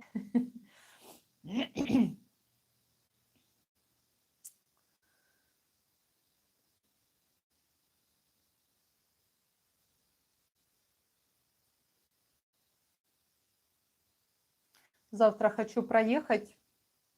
Ну, не знаю, получится. Если вот не будет дождя, ну, на этих самых, как, завтра еще 100% дождь, а послезавтра 50/50 дождь. Поэтому если вдруг погода выглянет нормально, даст там лазейку, я проеду на набережную. Самое интересное вот все-таки посмотреть, что там, куда они сняли вот эту брусчатку и куда доехали уже. Вот, трактора дочистили все это. Арчи спрашивает, вы сказали, что уезжаете на днях. Извините, я пропустила. А куда, если не секрет? Секрет. Хочу поехать в другой город Турции, снять видео, поэтому ехать буду долго. Ну, если я скажу, это уже будет не секрет. А мне хочется, чтобы была интрига. Потом вам будет интересно смотреть, потому что и мне самой интересно, потому что я еду туда, где никогда я не была. Без понятия, где это находится, но с удовольствием все поснимаю, вас возьму с собой, как всегда, вы знаете. И сделаю, ну, хотя бы пару видео, я думаю, с этого города нужно снять, посмотреть, чтобы потом. Евгений, если вы поедете в Тарсус, то покажите храм Святого Павла, пожалуйста. Или это далековато от Мерсина? Интересно, бывал побывать с вами в святых христианских местах. Нет, Тарсус это недалеко. На автобусе, я не знаю, там где-то, наверное, около часа ехать. Ну, если вот прямой идет, без остановок. Ну да, где-то так. Ну, я поеду, конечно.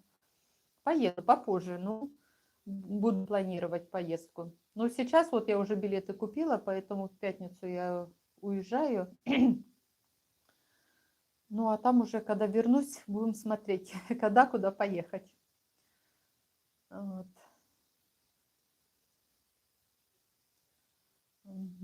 Виктория пишет. У нас был прямой прилет Кельн-Мерсин. Пришла СМС с пересадкой в Стамбуле. Пришлось отказаться. Ну вот видите как?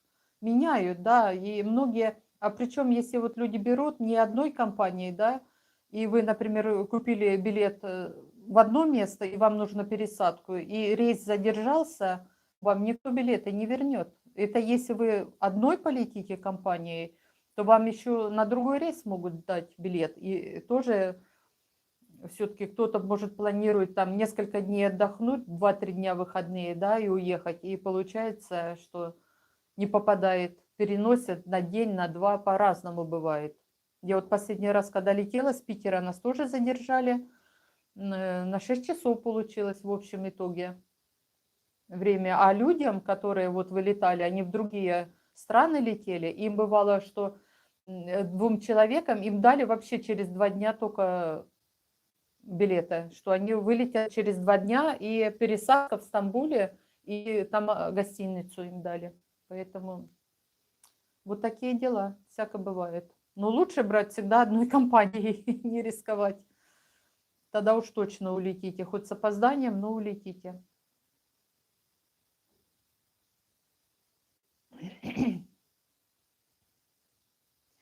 Наталья, жалко, что с Чукурова мало прямых рейсов других стран.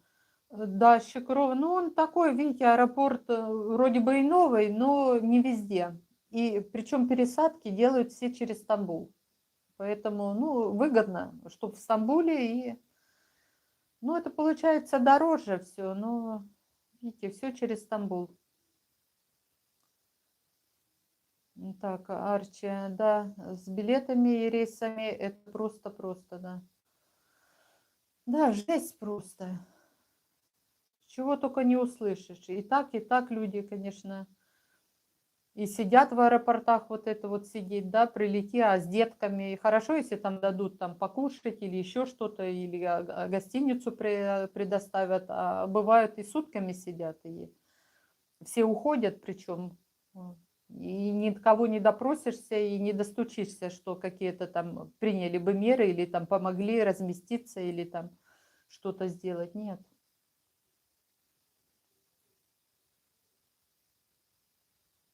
Ага, Наташенька пишет, Наталья, с Молдовы нет в Чукурова прямых. Мгм. А как же они летят? Через тоже ну, через Сабиху, наверное, да, в Стамбул или через новый Стамбульский аэропорт?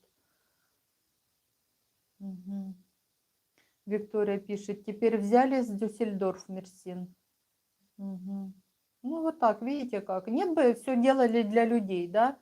Чем больше прямых рейсов, тем удобнее. Люди бы летали чаще, и пусть, например, кто-то заплатил дороже за билет, но он знал, что он здесь сел, а там вышел. А так вот многие не рискуют, вот, например, через Стамбул, боятся. Аэропорт огромный, и запутаться, если человек летит первый раз там, да, и более такой непривычный летать. Конечно, для него это стресс и страшно, что куда-то запутаться, а там же переходы, это все. Когда уже летаешь, часто знаешь, в принципе, но вот, сложновато. Ой, еще налью чая. Турецкий чай очень вкусный. Поэтому, если приезжаете, берите разные чаи, пробуйте. Очень вкусные. Лечебные есть чаи. Я часто вот другой раз, когда приходишь, промерзнешь, просто вот берешь такой лечебные чаи, кусочек кидаешь, заваришь, там все пряности такие очень ароматные, вкусные. Поэтому, ну, сейчас простой чай заварила, такой крепкий, но простой.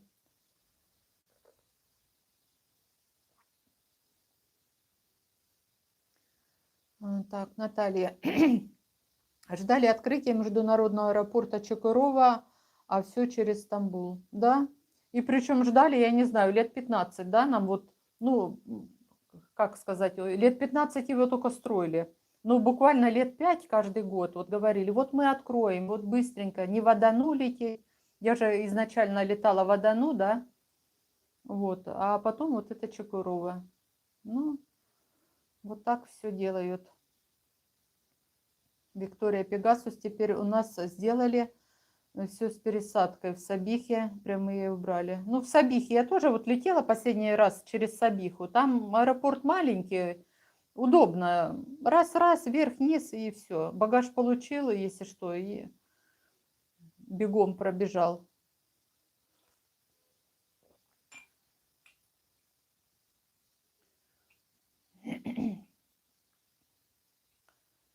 Ага, Наталья, чай турецкий супер, очень нравится. Да, я сама люблю чай, очень вкусный. Причем разный есть выбор. И нехитровинных чаев много, и со специями много. Вот со специями очень вкусно. Там и корица, и чего только нету. И с эвкалиптом, и приятный, знаете. И вот другой раз бывает, вот горло болит, беру вот эти лечебный кусочек, ну, вот пососешь вот этот чай, да, и он как бы охлаждает все, и нету ни кашля, ни першения в горле. Вот правда, если будете, покупайте этот чай, как же он, Атом чай называется, по-моему, да. Он стоит там недорого, но вкусный.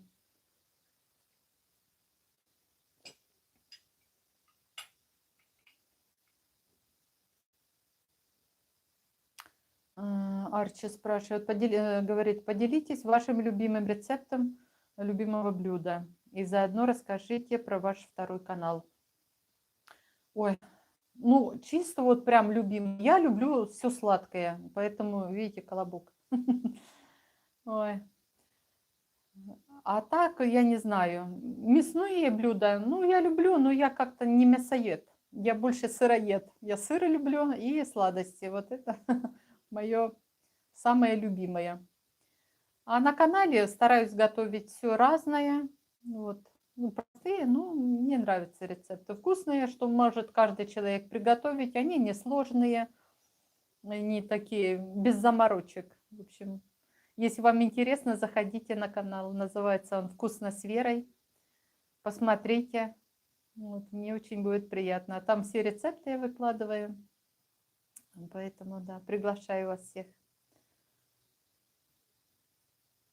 Кофе, да, Виктория. Вера, вы пьете кофе или только чай? Нет, я пью и чай, и кофе. Утром обязательно кофе. Ну, иногда даже вечером кофе пью. Я беру турецкий кофе Мехмед Эфенди. Он обычный, таких пакетиков или в баночках круглых, вы знаете. Очень вкусный, мелкий такой вот. Заварил и в турочке завариваю. Очень удобно, вкусный.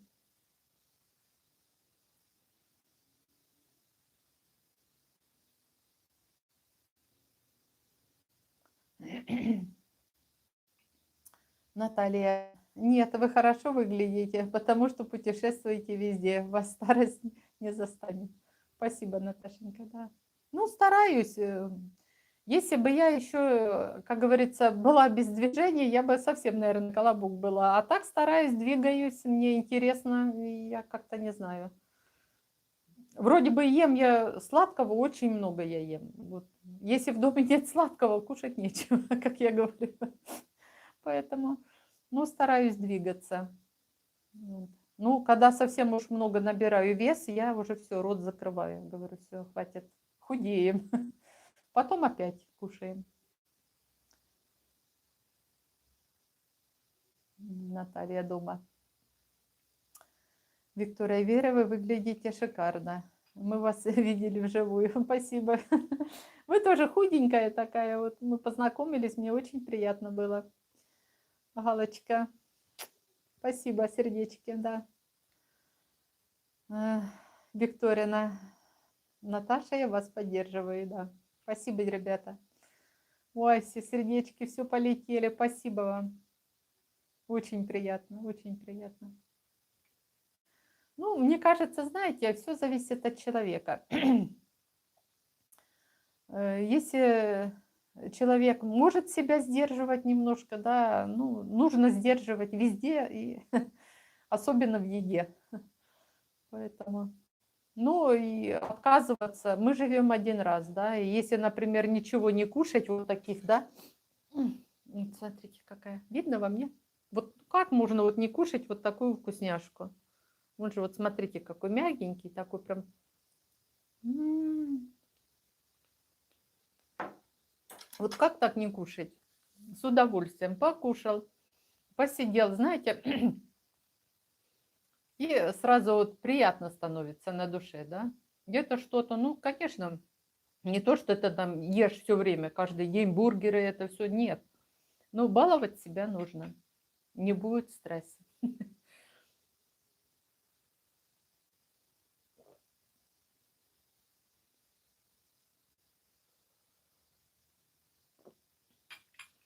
А вы что готовите? Вот поделитесь. Готовите вот, я же выложила рецепт вот этого, например, рулета, да, меренговый рулет. Готовится очень быстро, съедается еще, правда, быстрее.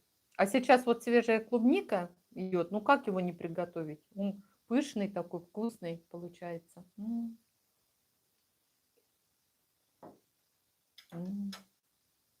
Очень вкусно. И причем я сейчас глотну немножко это. Вот в Турции, например, кондитерских вот этих всех, ну, не посыпок, скажем, да, вот этого всего кондитерского в магазинах нету практически. Если заказывать на Трендиол, ну, там бывает, ну, не такое. А я обычно, когда езжу домой, вот в Петербурге, я там захожу в кондитерские магазины профессиональные, всегда покупаю вот эти и пищевое золото, и какие-то там красители, какие-то посыпки пищевое. Все профессиональное беру, стараюсь. Вот эти вот, чтобы ягоды блестели, видите, какая вот блестящее покрытие, все. Это все я беру у себя и привожу, и потом готовлю с удовольствием. Конфеты, формы там для конфет, вот эти шоколады, потом заливаешь, ну, все, в общем, все профессиональное стараюсь брать уже. Во-первых, я вижу, что это не то, что там на картинке, да, вот через Трендиол. Ты смотришь одно, а потом присылает какая-то фигня такая жесткая, которая не гнется, ее ничего не сделаешь. А если вот формы вот эти все,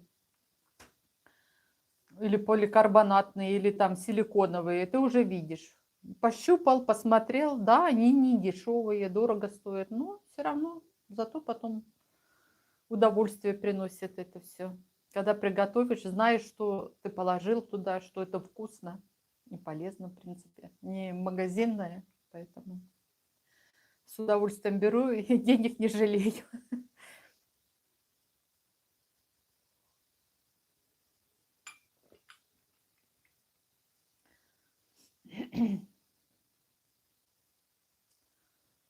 Мгм. Виктория, Вера, вы случайно тортики не печете на заказ? Нет, Виктория, я на заказ не пеку, потому что здесь нельзя печь, но друзей я всегда угощаю. Если иду куда-то в гости, я обязательно пеку что-нибудь вкусное или так с подругами встречаюсь, обязательно что-то готовлю и угощаю. Поэтому уже все девчонки знают, что-нибудь вкусненькое будет. Поэтому, когда собираемся, сидим, разговариваем, пьем чай. С пустыми руками я никогда не хожу.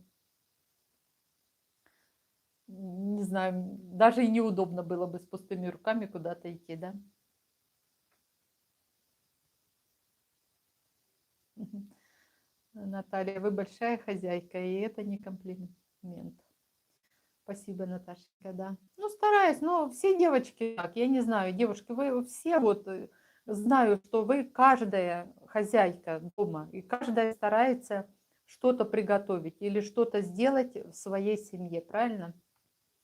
Поэтому, ну, а как? Всегда какой-то пирожок, какое-то там булочку или пироженку, или какой-то кексик. Всегда стараемся что-то для дома вот спечь, приготовить. Это очень вкусно. Виктория, жаль. Ну, что делать, видите? Как-нибудь встретимся, и я вас угощу. Поэтому не переживайте. Все нормально.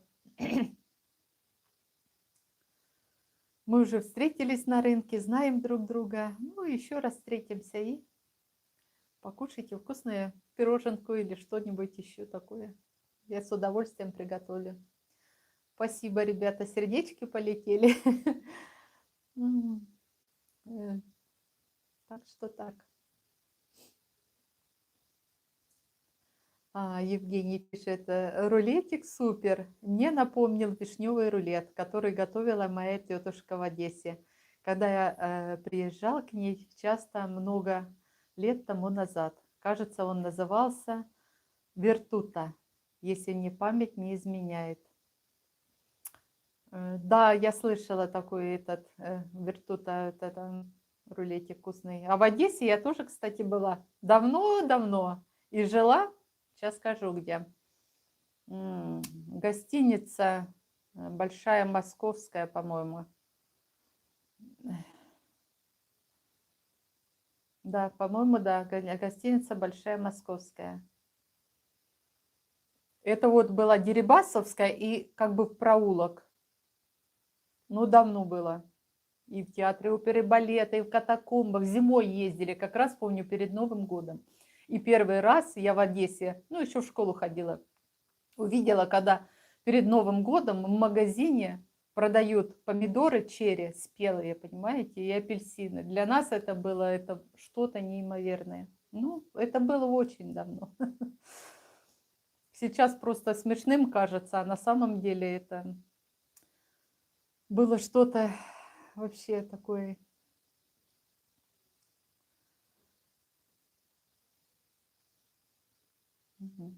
Арчи, так можно было бы печь новым друзьям, а они отблагодарят по ценнику. Хотя слышал, что наших же сдают. Да, поэтому лучше просто угостить.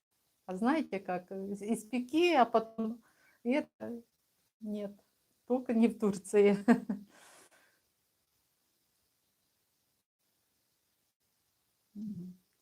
Виктория, я бы мужа на день рождения заказала. Надеюсь, не прочитает.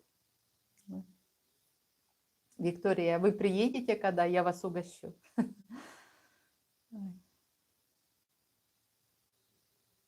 Если что, я вам телеграм напишу. Спасибо. Созвонимся, все будет хорошо.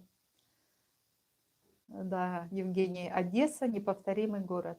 Да, мне очень понравился. И вы знаете, вот когда я была, хотя это, ну, еще в школьном возрасте, но все вот запомнилось, я не знаю, на всю жизнь. Где мы были везде, вот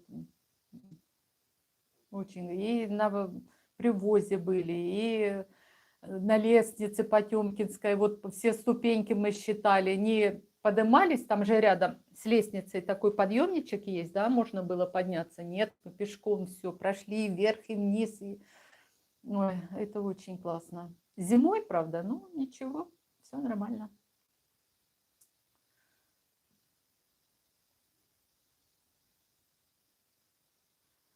Так, Виктория, Вера, я вас очень понимаю. В Германии тоже сдают друг друга, к сожалению. Ну, что поделать, да, видите, сейчас такая жизнь непонятная, но все зависит от человека. Если человек порядочный, он не будет стучать. А если так вот, понимаете, как говорится, чем хуже соседу, тем лучше себе, да, поэтому люди разные бывают.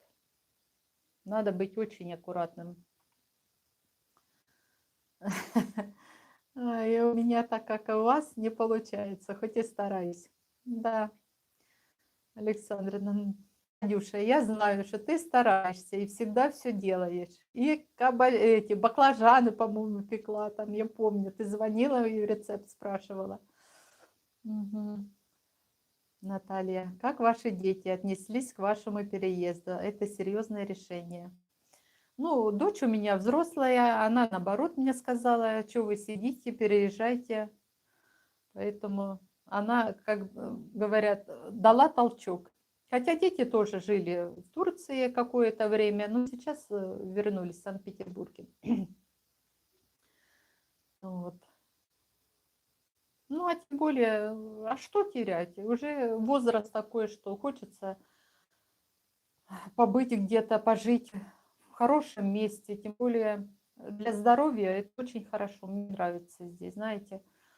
И климат подходит, и все, и я спокойно себя чувствую, как бы, знаете, даже в другой стране, не зная языка, вот, например, да, я ж его не идеально там, я понимаю что-то, но полностью я его не знаю. Я спокойно себя чувствую, даже вот и езжу на велосипеде, вы же знаете, да, где меня не носит. В горы туда, на водопад, помните, это ж фиг знает где, да, в горах поперлась. Ну, все спокойно. Как бы люди спокойные относятся, хорошо, с пониманием. Я даже вот иногда что-то я там заплутала, да, и непонятно мне что. Останавливаюсь, где с помощью телефона, где с помощью жестов, что-то так вот рассказываю, спрашиваю, мне помогают и спокойно относятся, и как-то вот нету такого, что страх бы какой-то. Нет, спокойно. Я выхожу из дома, и я уверена в себе, что все будет хорошо. Вот, поэтому так. Ой, сердечки полетели. Виктория, сердечки. Спасибо, ребята, спасибо. Молодцы. Как поддерживаете, я не знаю. Ну, потихоньку будем развивать канал. Ну, а что делать? Правильно. Дома сидеть тоже скучно будет, да, вот если изо дня в день, ну, раз пошел на море, два пошел на море, ну, а так, ну, что, просто лежать, ну, не знаю. Я не могу. Мне нужно движение. Может, из-за того, что я много двигаюсь, у меня как бы интерес, и меньше думаешь о своих болезнях, да, там руки, или спина болит, там, или что-то, знаете, как ноги крутит, ну, у каждого свое, да.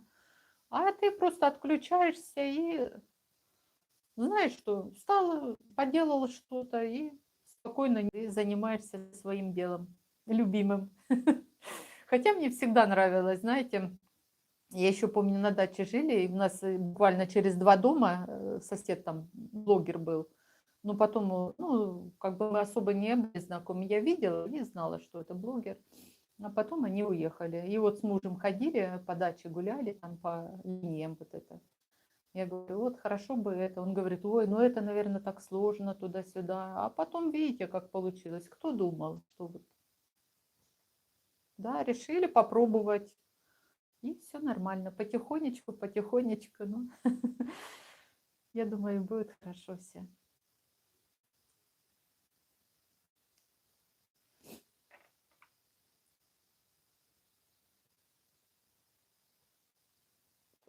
Ой, чай все-таки очень вкусный. Не знаю. Хоть я и кофе люблю, но чай тоже, да, очень вкусно.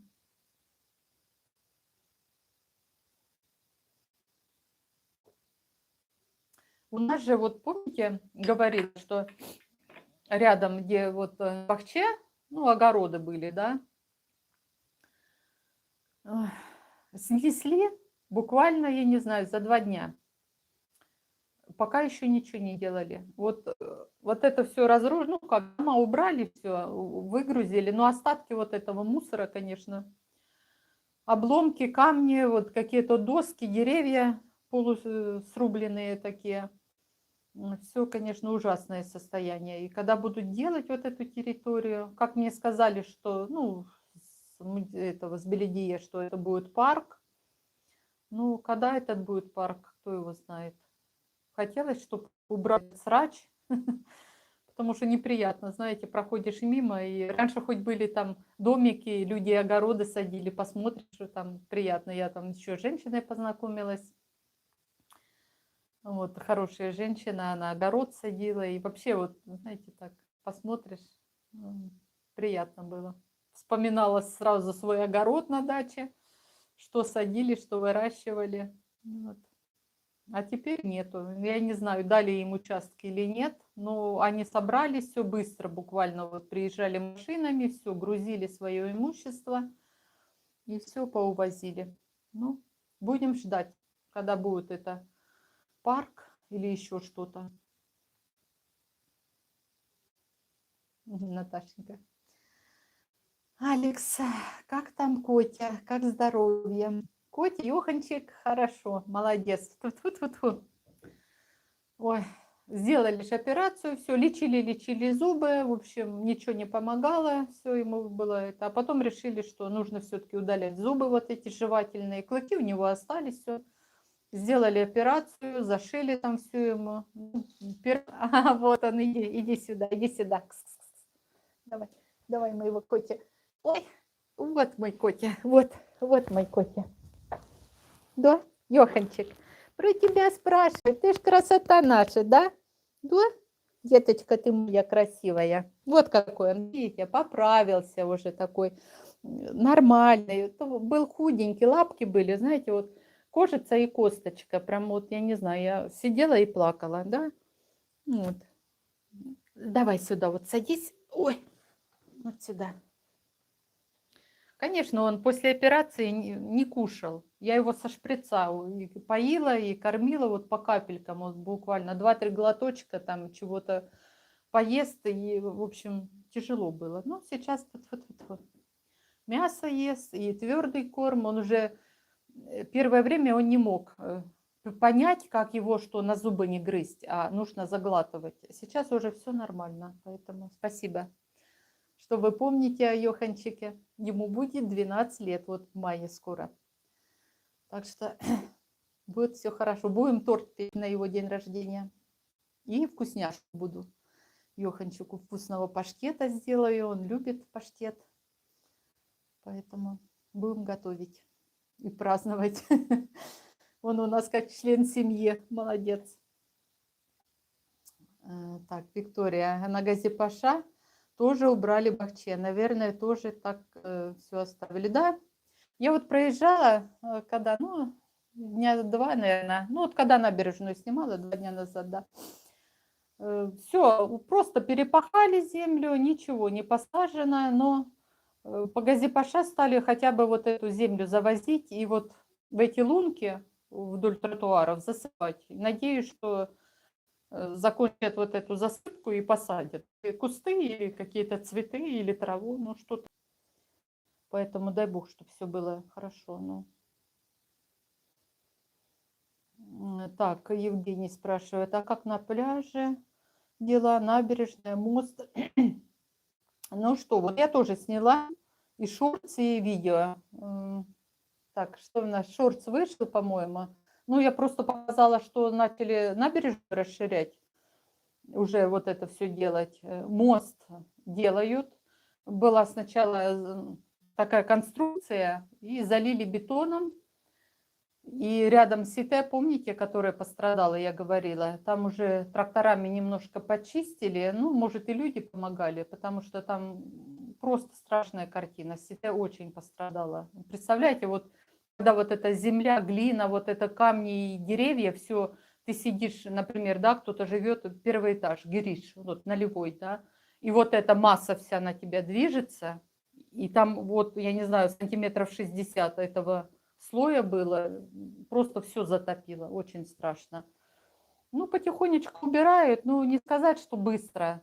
Во-первых, они там перерыли вот эти дырки, сделали такие как бы отводы, чтобы вот эта вода, во-первых, стекла, потом положили трубы, ну, чтобы потом в последующем не затапливало, в общем, под землю туда положили все, типа канализации, чтобы сточная была.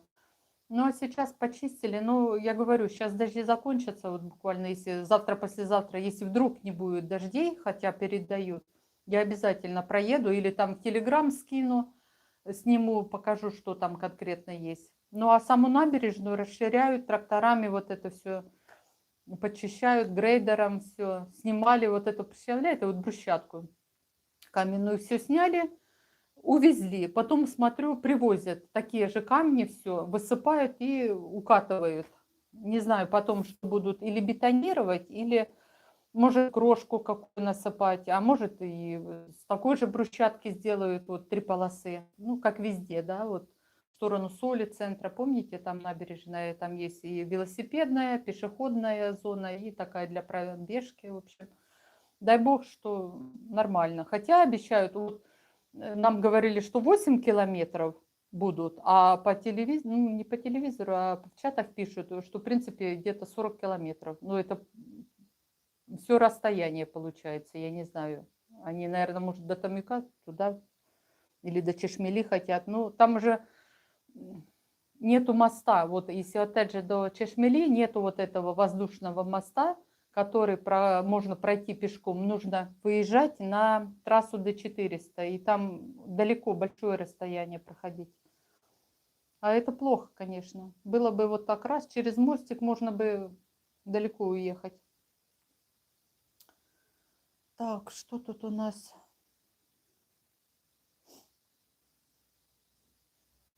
Ага, Арчи, очень жалко людей в этом сите. Сегодня смотрел ваши видео. Да, вот это просто ужас. А, во-первых, сколько растений там, а люди, я не знаю, как для них я такой стресс, наверное, испытали.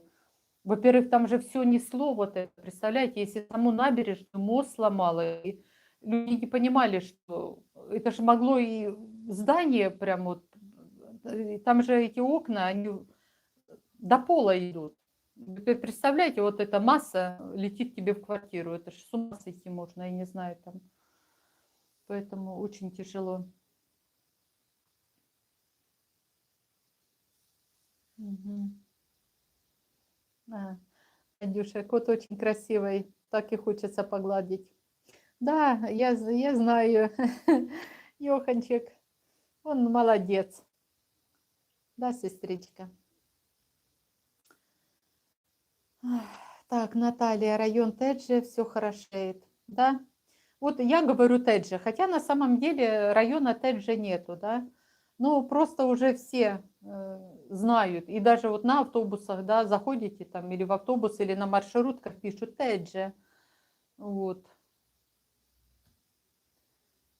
И всегда, если даже едешь, вот идет там или не идет транспорт, говоришь, Теджи-Вар там и доходит или не доходит до района. Хотя как такового Теджи нет. Это... Мгм. Бонек. Как этот дождик замучил. Не то слово. Вот я вам скажу правда, знаете, такой весны я за 3 года не помню, чтобы такая весна была. Затяжная, во-первых. Но, слава богу, зима была мягкая. Не было холода, поэтому не холодно было. А весна, ну, в прошлом году я купалась, начала сезон купания с 14 марта. А в этом году вот с какого там, с апреля. Вот снимала видео, вот первый раз купалась. Поэтому трындец. И что дальше будет, непонятно. Вот холоднее, а потом только с пятницы вроде бы начинается потепление.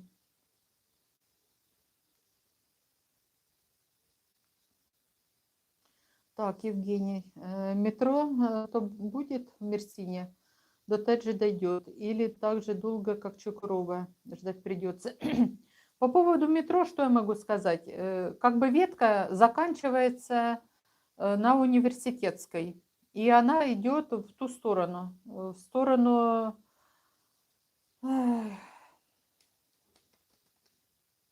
не в сторону Теджи, в старый район туда идет. Поэтому, ну, я не знаю, я понимаю, что это, но в Турции быстро ничего не делается. Дай бог, чтобы они открыли вот этот автобан, которые говорят, что вот за 4 часа буквально до Анталии можно будет доехать. И открывают они частями, ну, до Селивке, там это, но как-то очень медленно. Везде пишут, что вот мы откроем, и никак не откроют. Это так же, как вот магазин, помните, мебельный, который должен открыться, мне обещали, что через неделю, уже неделя прошла, уже вторая подходит. И я, когда заходила, они говорят, через неделю, поэтому неделя у них, это, знаете, понятие растяжимое, может и месяц быть. Ну, так, как они говорят, бир хафта, и все будет нормально. Ну, это Турция, поэтому надо как бы не торопиться.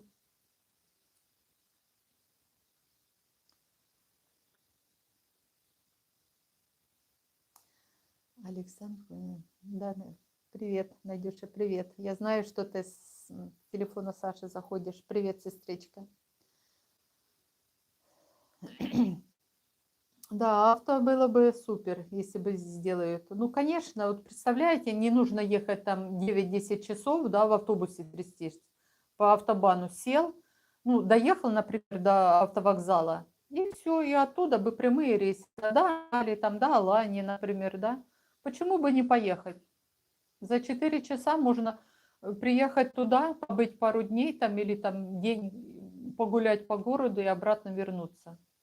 Замечательно было бы. Я бы супер, конечно, поехала. Ну, когда это будет, кто его знает. Вот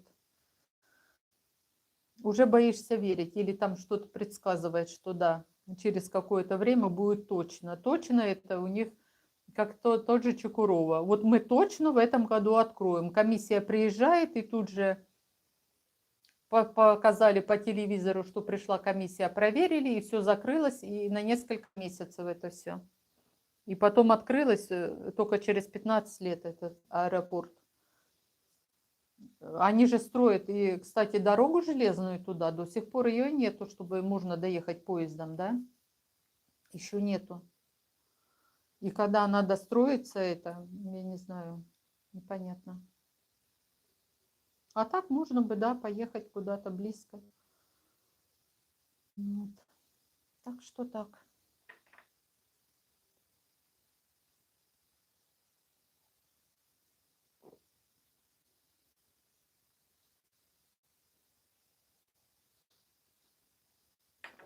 Так что, ребята, если что-то вас интересует, пишите. Я обязательно все расскажу. А мы сейчас уже, ой, почти мы 2 часа. Ну, еще немножко поговорим и потом будем закрывать. И еще хотела бы попросить вас. Завтра будет вот это прямой эфир, он будет в записи. Если вам не сложно, зайдите, напишите хотя бы пару строчек там, да, будет очень приятно. Поэтому YouTube он увидит, и уже будет, это как бы разное, да, вот прямой эфир и в запись. На это все YouTube, оказывается, реагирует. Ну и рекламу немножко, если не сложно, хотя бы капельку просматривайте. Это будут, как говорится, накопления на наши поездки. Потому что сейчас, вы знаете, куда-то поехать, везде нужно все денежки, денежки. А так, за счет рекламы YouTube будет какие-то денежки платить, будем тратить на поездки. Вот. Так, Наталья. Был же железнодорожный вокзал раньше в Мерсине. Ну, вокзал-то это, но нету прямого сообщения, чтобы вот до самого аэропорта. Еще нету. Вот, поэтому только на автобусе можно Хавамаш доехать, да, или там кто-то такси или трансфер заказывает. Ну, самое дешевое это на автобусе Хавамаш. И там идет он, если днем, ну, больше часа, наверное. Если вы ночью прилетаете, за 40 минут долетают. Я вот ехала. Водитель несется просто прям на ура. Так. А поездом до Стамбула можно доехать. Вот насчет этого точно не скажу, можно ли доехать поездом. Но автобусы ходят, это 100%. Ну, вообще по Турции на автобусе можно доехать в любой этот, куда хотите. Хоть в Анталию, хоть в Аланию, хоть еще куда. Везде автобусный маршрут у них вот прям очень хорошо развит. Поэтому спокойно можно доехать в любое место. Так, Виктория спрашивает. Вера, как цены на базаре? Какие сейчас фрукты? Так, цены дорого все. фрукты. Сейчас появились уже абрикосы и персики, но зеленоватые, дубовые. Я не люблю. Если надо кушать, ну, чтобы он вкусный был, а это, знаете, ну, твердые. Не люблю такие. Цены, сейчас скажу, 100 лир. Вот абрикосы были по 100 лир. Персики там было 4 штуки, я не помню, 70 или 80 лир в таких коробочках. Ну, видно, что они завозные откуда-то, поэтому, ну и дубовые. Дыни появились, зеленоватые, знаете, такие круглые, но небольшие дыни, вот как ароматные такие, вот такие маленькие они. Ну, такие. Арбузы есть, ну, не так, надо все брать, когда сезон. Тогда это вкусно. А сейчас еще завозное, пока еще не особо. Клубника обалденная, бананы очень вкусные. Вот это да, то, что вот сейчас кушать очень хорошо. Помидоры по 100 лир, 120 и дальше. Дешевые огурцы 40, баклажаны по 20-30 лир и кабачки. Вот это самое дешевое. Зелень также осталась. Ага. Так что такие вот цены.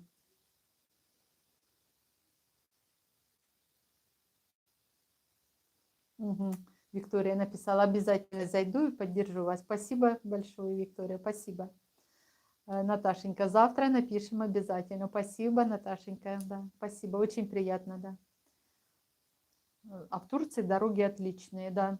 Вот что могу сказать, дороги, вот автобаны, все это супер просто. Небо и земля. А там, где платные дороги, это просто, знаете, в Германии, наверное, таких дорог нету. Очень классные. Клубника почем? Ну вот Евгений спрашивает. Я брала на этот торт, я брала по 150 лир в субботу. Вчера. 150 лир была. Ну, которая вкусная. Была подешевле, но она немного не такая. Я уже беру, перед тем, как брать, я всегда пробую. И брала клубнику в Селевке. Она вкусная. А есть еще с другого места привозят, она немножко отличается. Она вроде бы на вид красивая, но не пахнет и вкуса нет. Поэтому всегда пробуйте, не стесняйтесь. Продавца никогда не откажут. Поэтому попробуйте и потом уже возьмете. Вера, у вас все получится. Удачи вам. Надюша, спасибо. Спасибо большое. Да, я знаю, что ты заходишь. Все. Да, ребята, уже чуть больше 2 часов. Я думаю, мы хорошо с вами посидели, пообщались. Если вас что интересует, вы пишите в Телеграм. Я там быстрее увижу и отвечу. Вот. Так что было приятно поговорить. Кому будет интересно, заходите завтра и напишите комментарий. Я буду вам очень благодарна. Ну а на сегодня всем пока-пока. Я вас целую, обнимаю и сердечки.